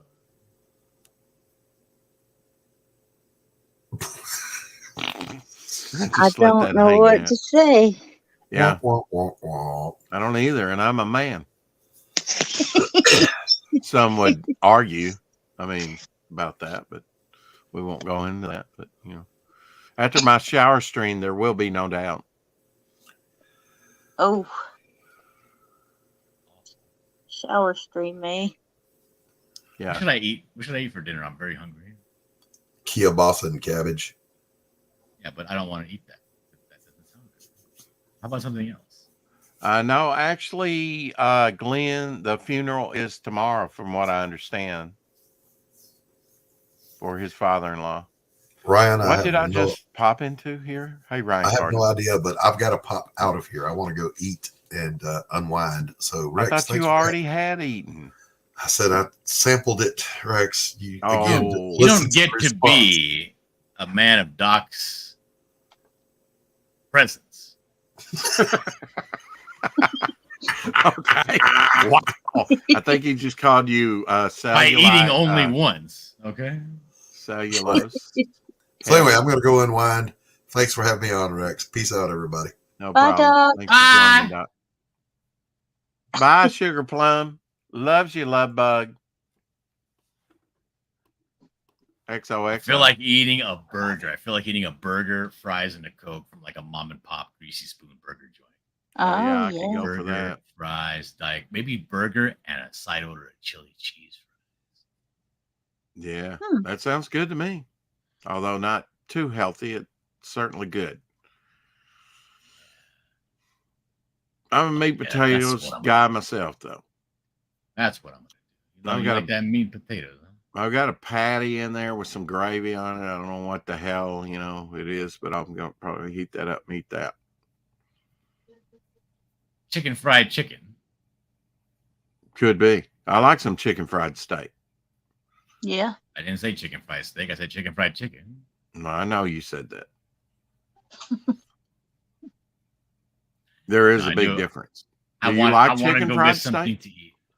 Okay. Do you like chicken fried steak? Look at me. It's a Southern thing. How big I am. Well, now you were snubbing your nose at Doc's cabbage. I'm sorry, I don't eat psychopath food like mayonnaise and bananas. That's the very idea of that is bananas. I don't get it. I know it's repugnant to me. It's so good. Oh God, it would. You don't like mayo anyway, so of course Did it's you gonna sound know? nasty. Did you know, Rex, that if your earlobes touch the bottom of your earlobes, if they touch the side of your ear or the side of your head, that means that you have a lot of inbreeding. No, I don't think that's what that means at all. I'm your earlobes surgery. What the hell?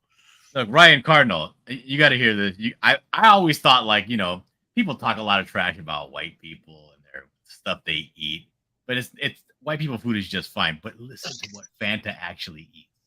Fanta, tell him what you eat. Tell Ryan? The Ryan Cardinal. Yeah. Hey Ryan, I like banana and mayonnaise sandwiches. You get a piece of bread, Wonder Bread, maybe even Bimbo bread. Take a piece of bread, white bread. Put a layer of mayonnaise. No. Now, do you slice your bananas lengthwise or do you make little discs? Both. So one half of the sandwich is lengthwise banana, the other half is a bunch of discs. Then you put another piece of bread, more mayonnaise, close it up, eat it. No. Yeah. Yeah. Just like tomato sandwiches are tomatoes, mayo, and salt and pepper. But I like wheat bread. But I also like to have a really tall, cold glass of chocolate milk when I have a tuna sandwich. Hockey says, and hockey is in a country where they eat just garbage out of the can. He says, banana and mayonnaise? No. Yes. Gotta try it. That is the worst thing I've ever heard anyone say. I don't know why. Fanta is a monster, Carol says. Wow. Carol, I was on your side. Even Hen, from a country notorious for having the worst food in the world, is saying, ew. I know, she's always talking about it. Crooked Painter says, baby is giving a white folk a bad name. Billy Power Max says, Fanta, you can put sugar on my grits. Hey. Hey. I like sugar and butter on grits and white rice. Ryan Cardinal says, cut bananas lengthwise like a monster. It's true. I try because I'm super whack. I'm gay, right? So I try when I make ice cream at home, I try to cut the banana lengthwise and put it on either side of my ice cream, like to oh yeah, banana split. Hell yeah. It never works out. One side is always super thin, the other side is all thick. That's why you use 2 whole bananas. Because it rolls. I have done this, but yeah, I can never bring myself to, chop my bananas into little discs on ice cream. It just seems wrong, like a waste. Right. You didn't try. Depressing. Carol says, I'm sorry, Fanta, but no. The women have turned on Fanta. I have always called her out on her food choices, Hen says. Like, it's like, when you used to go like, oh, I want a burger. And your mom's like, we got burgers at the house. And then she makes you that house burger. It's all like gross with like sandwich bread. Yeah.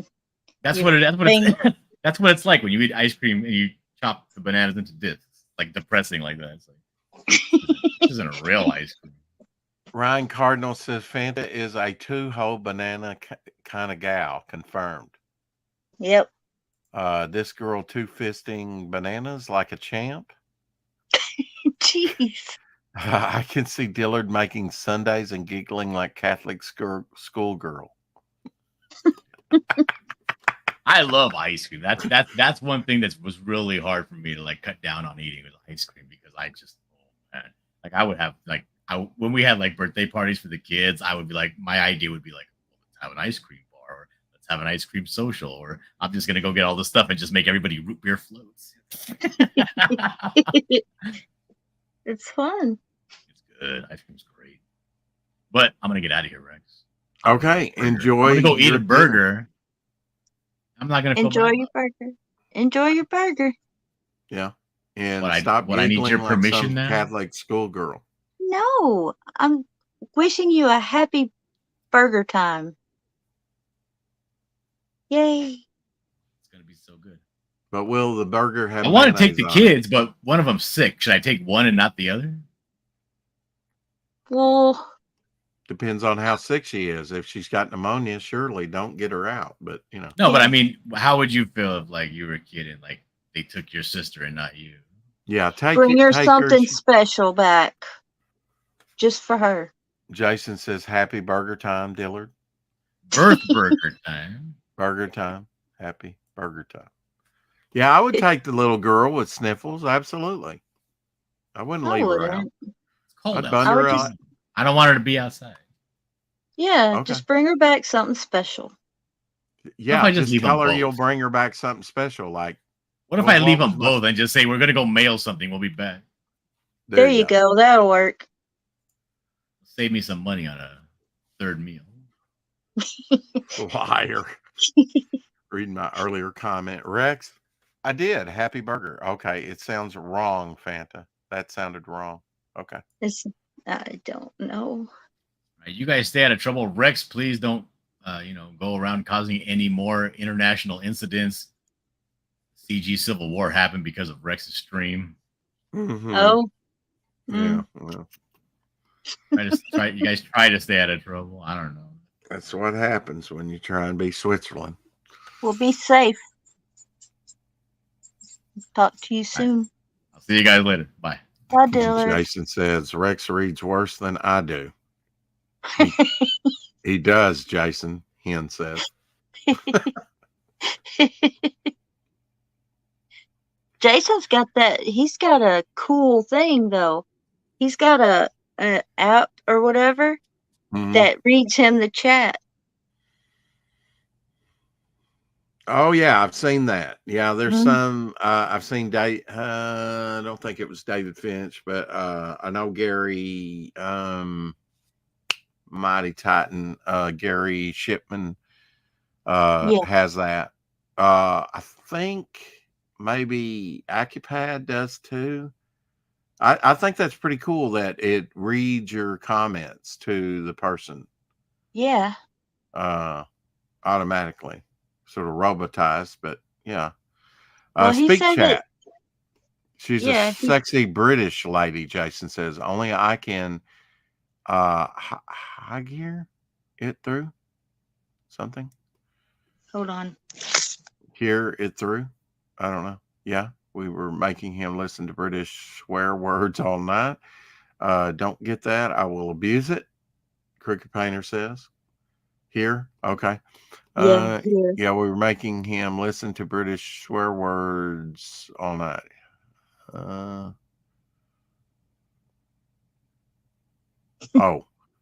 She's a sexy British lady. Only I can hear it through. Yeah, we can't hear it. He gets it through his headphones. Speak chat, probably, right? Yeah. Anyway. It's amazing I made it this far on this stream, folks. I'm always a little punchy when I take through fucking hell, he says. Jason says. Okay. Though. It's though. Chat. She's a sexy British lady. Only I can hear it through. But at the bottom, he says, though, effing hell. Though. Yeah. He says, though? Yeah.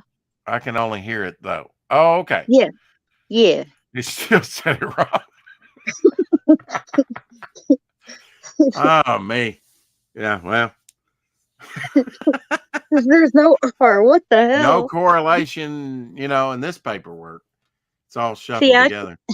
I can go to the chat and enlarge it like I can the screen so I can see what they're saying. Uh-huh. Oh, man. Anyway, we're going to get out of here, I guess. Fanta, stay where you are. Okay. For a moment, anyway. So we can say our proper goodbyes. Thank you, Mike Barron, Luke Stone, Dillard, Doc, George, Lorenzo, Fanta, anybody else came on. Appreciate it. Hope you, oh my God. Yeah. I hope you had a fun time. We'll catch you later. Yeah. Bye. Bye. Carol says, how dare you, you monster. Like I said, keep collecting, keep watching stars, keep reading, keep backing those books, and go sign up for Devil Flower if you haven't. Remember, Fanta, your knees, your choice. Carrie says. Oh my God.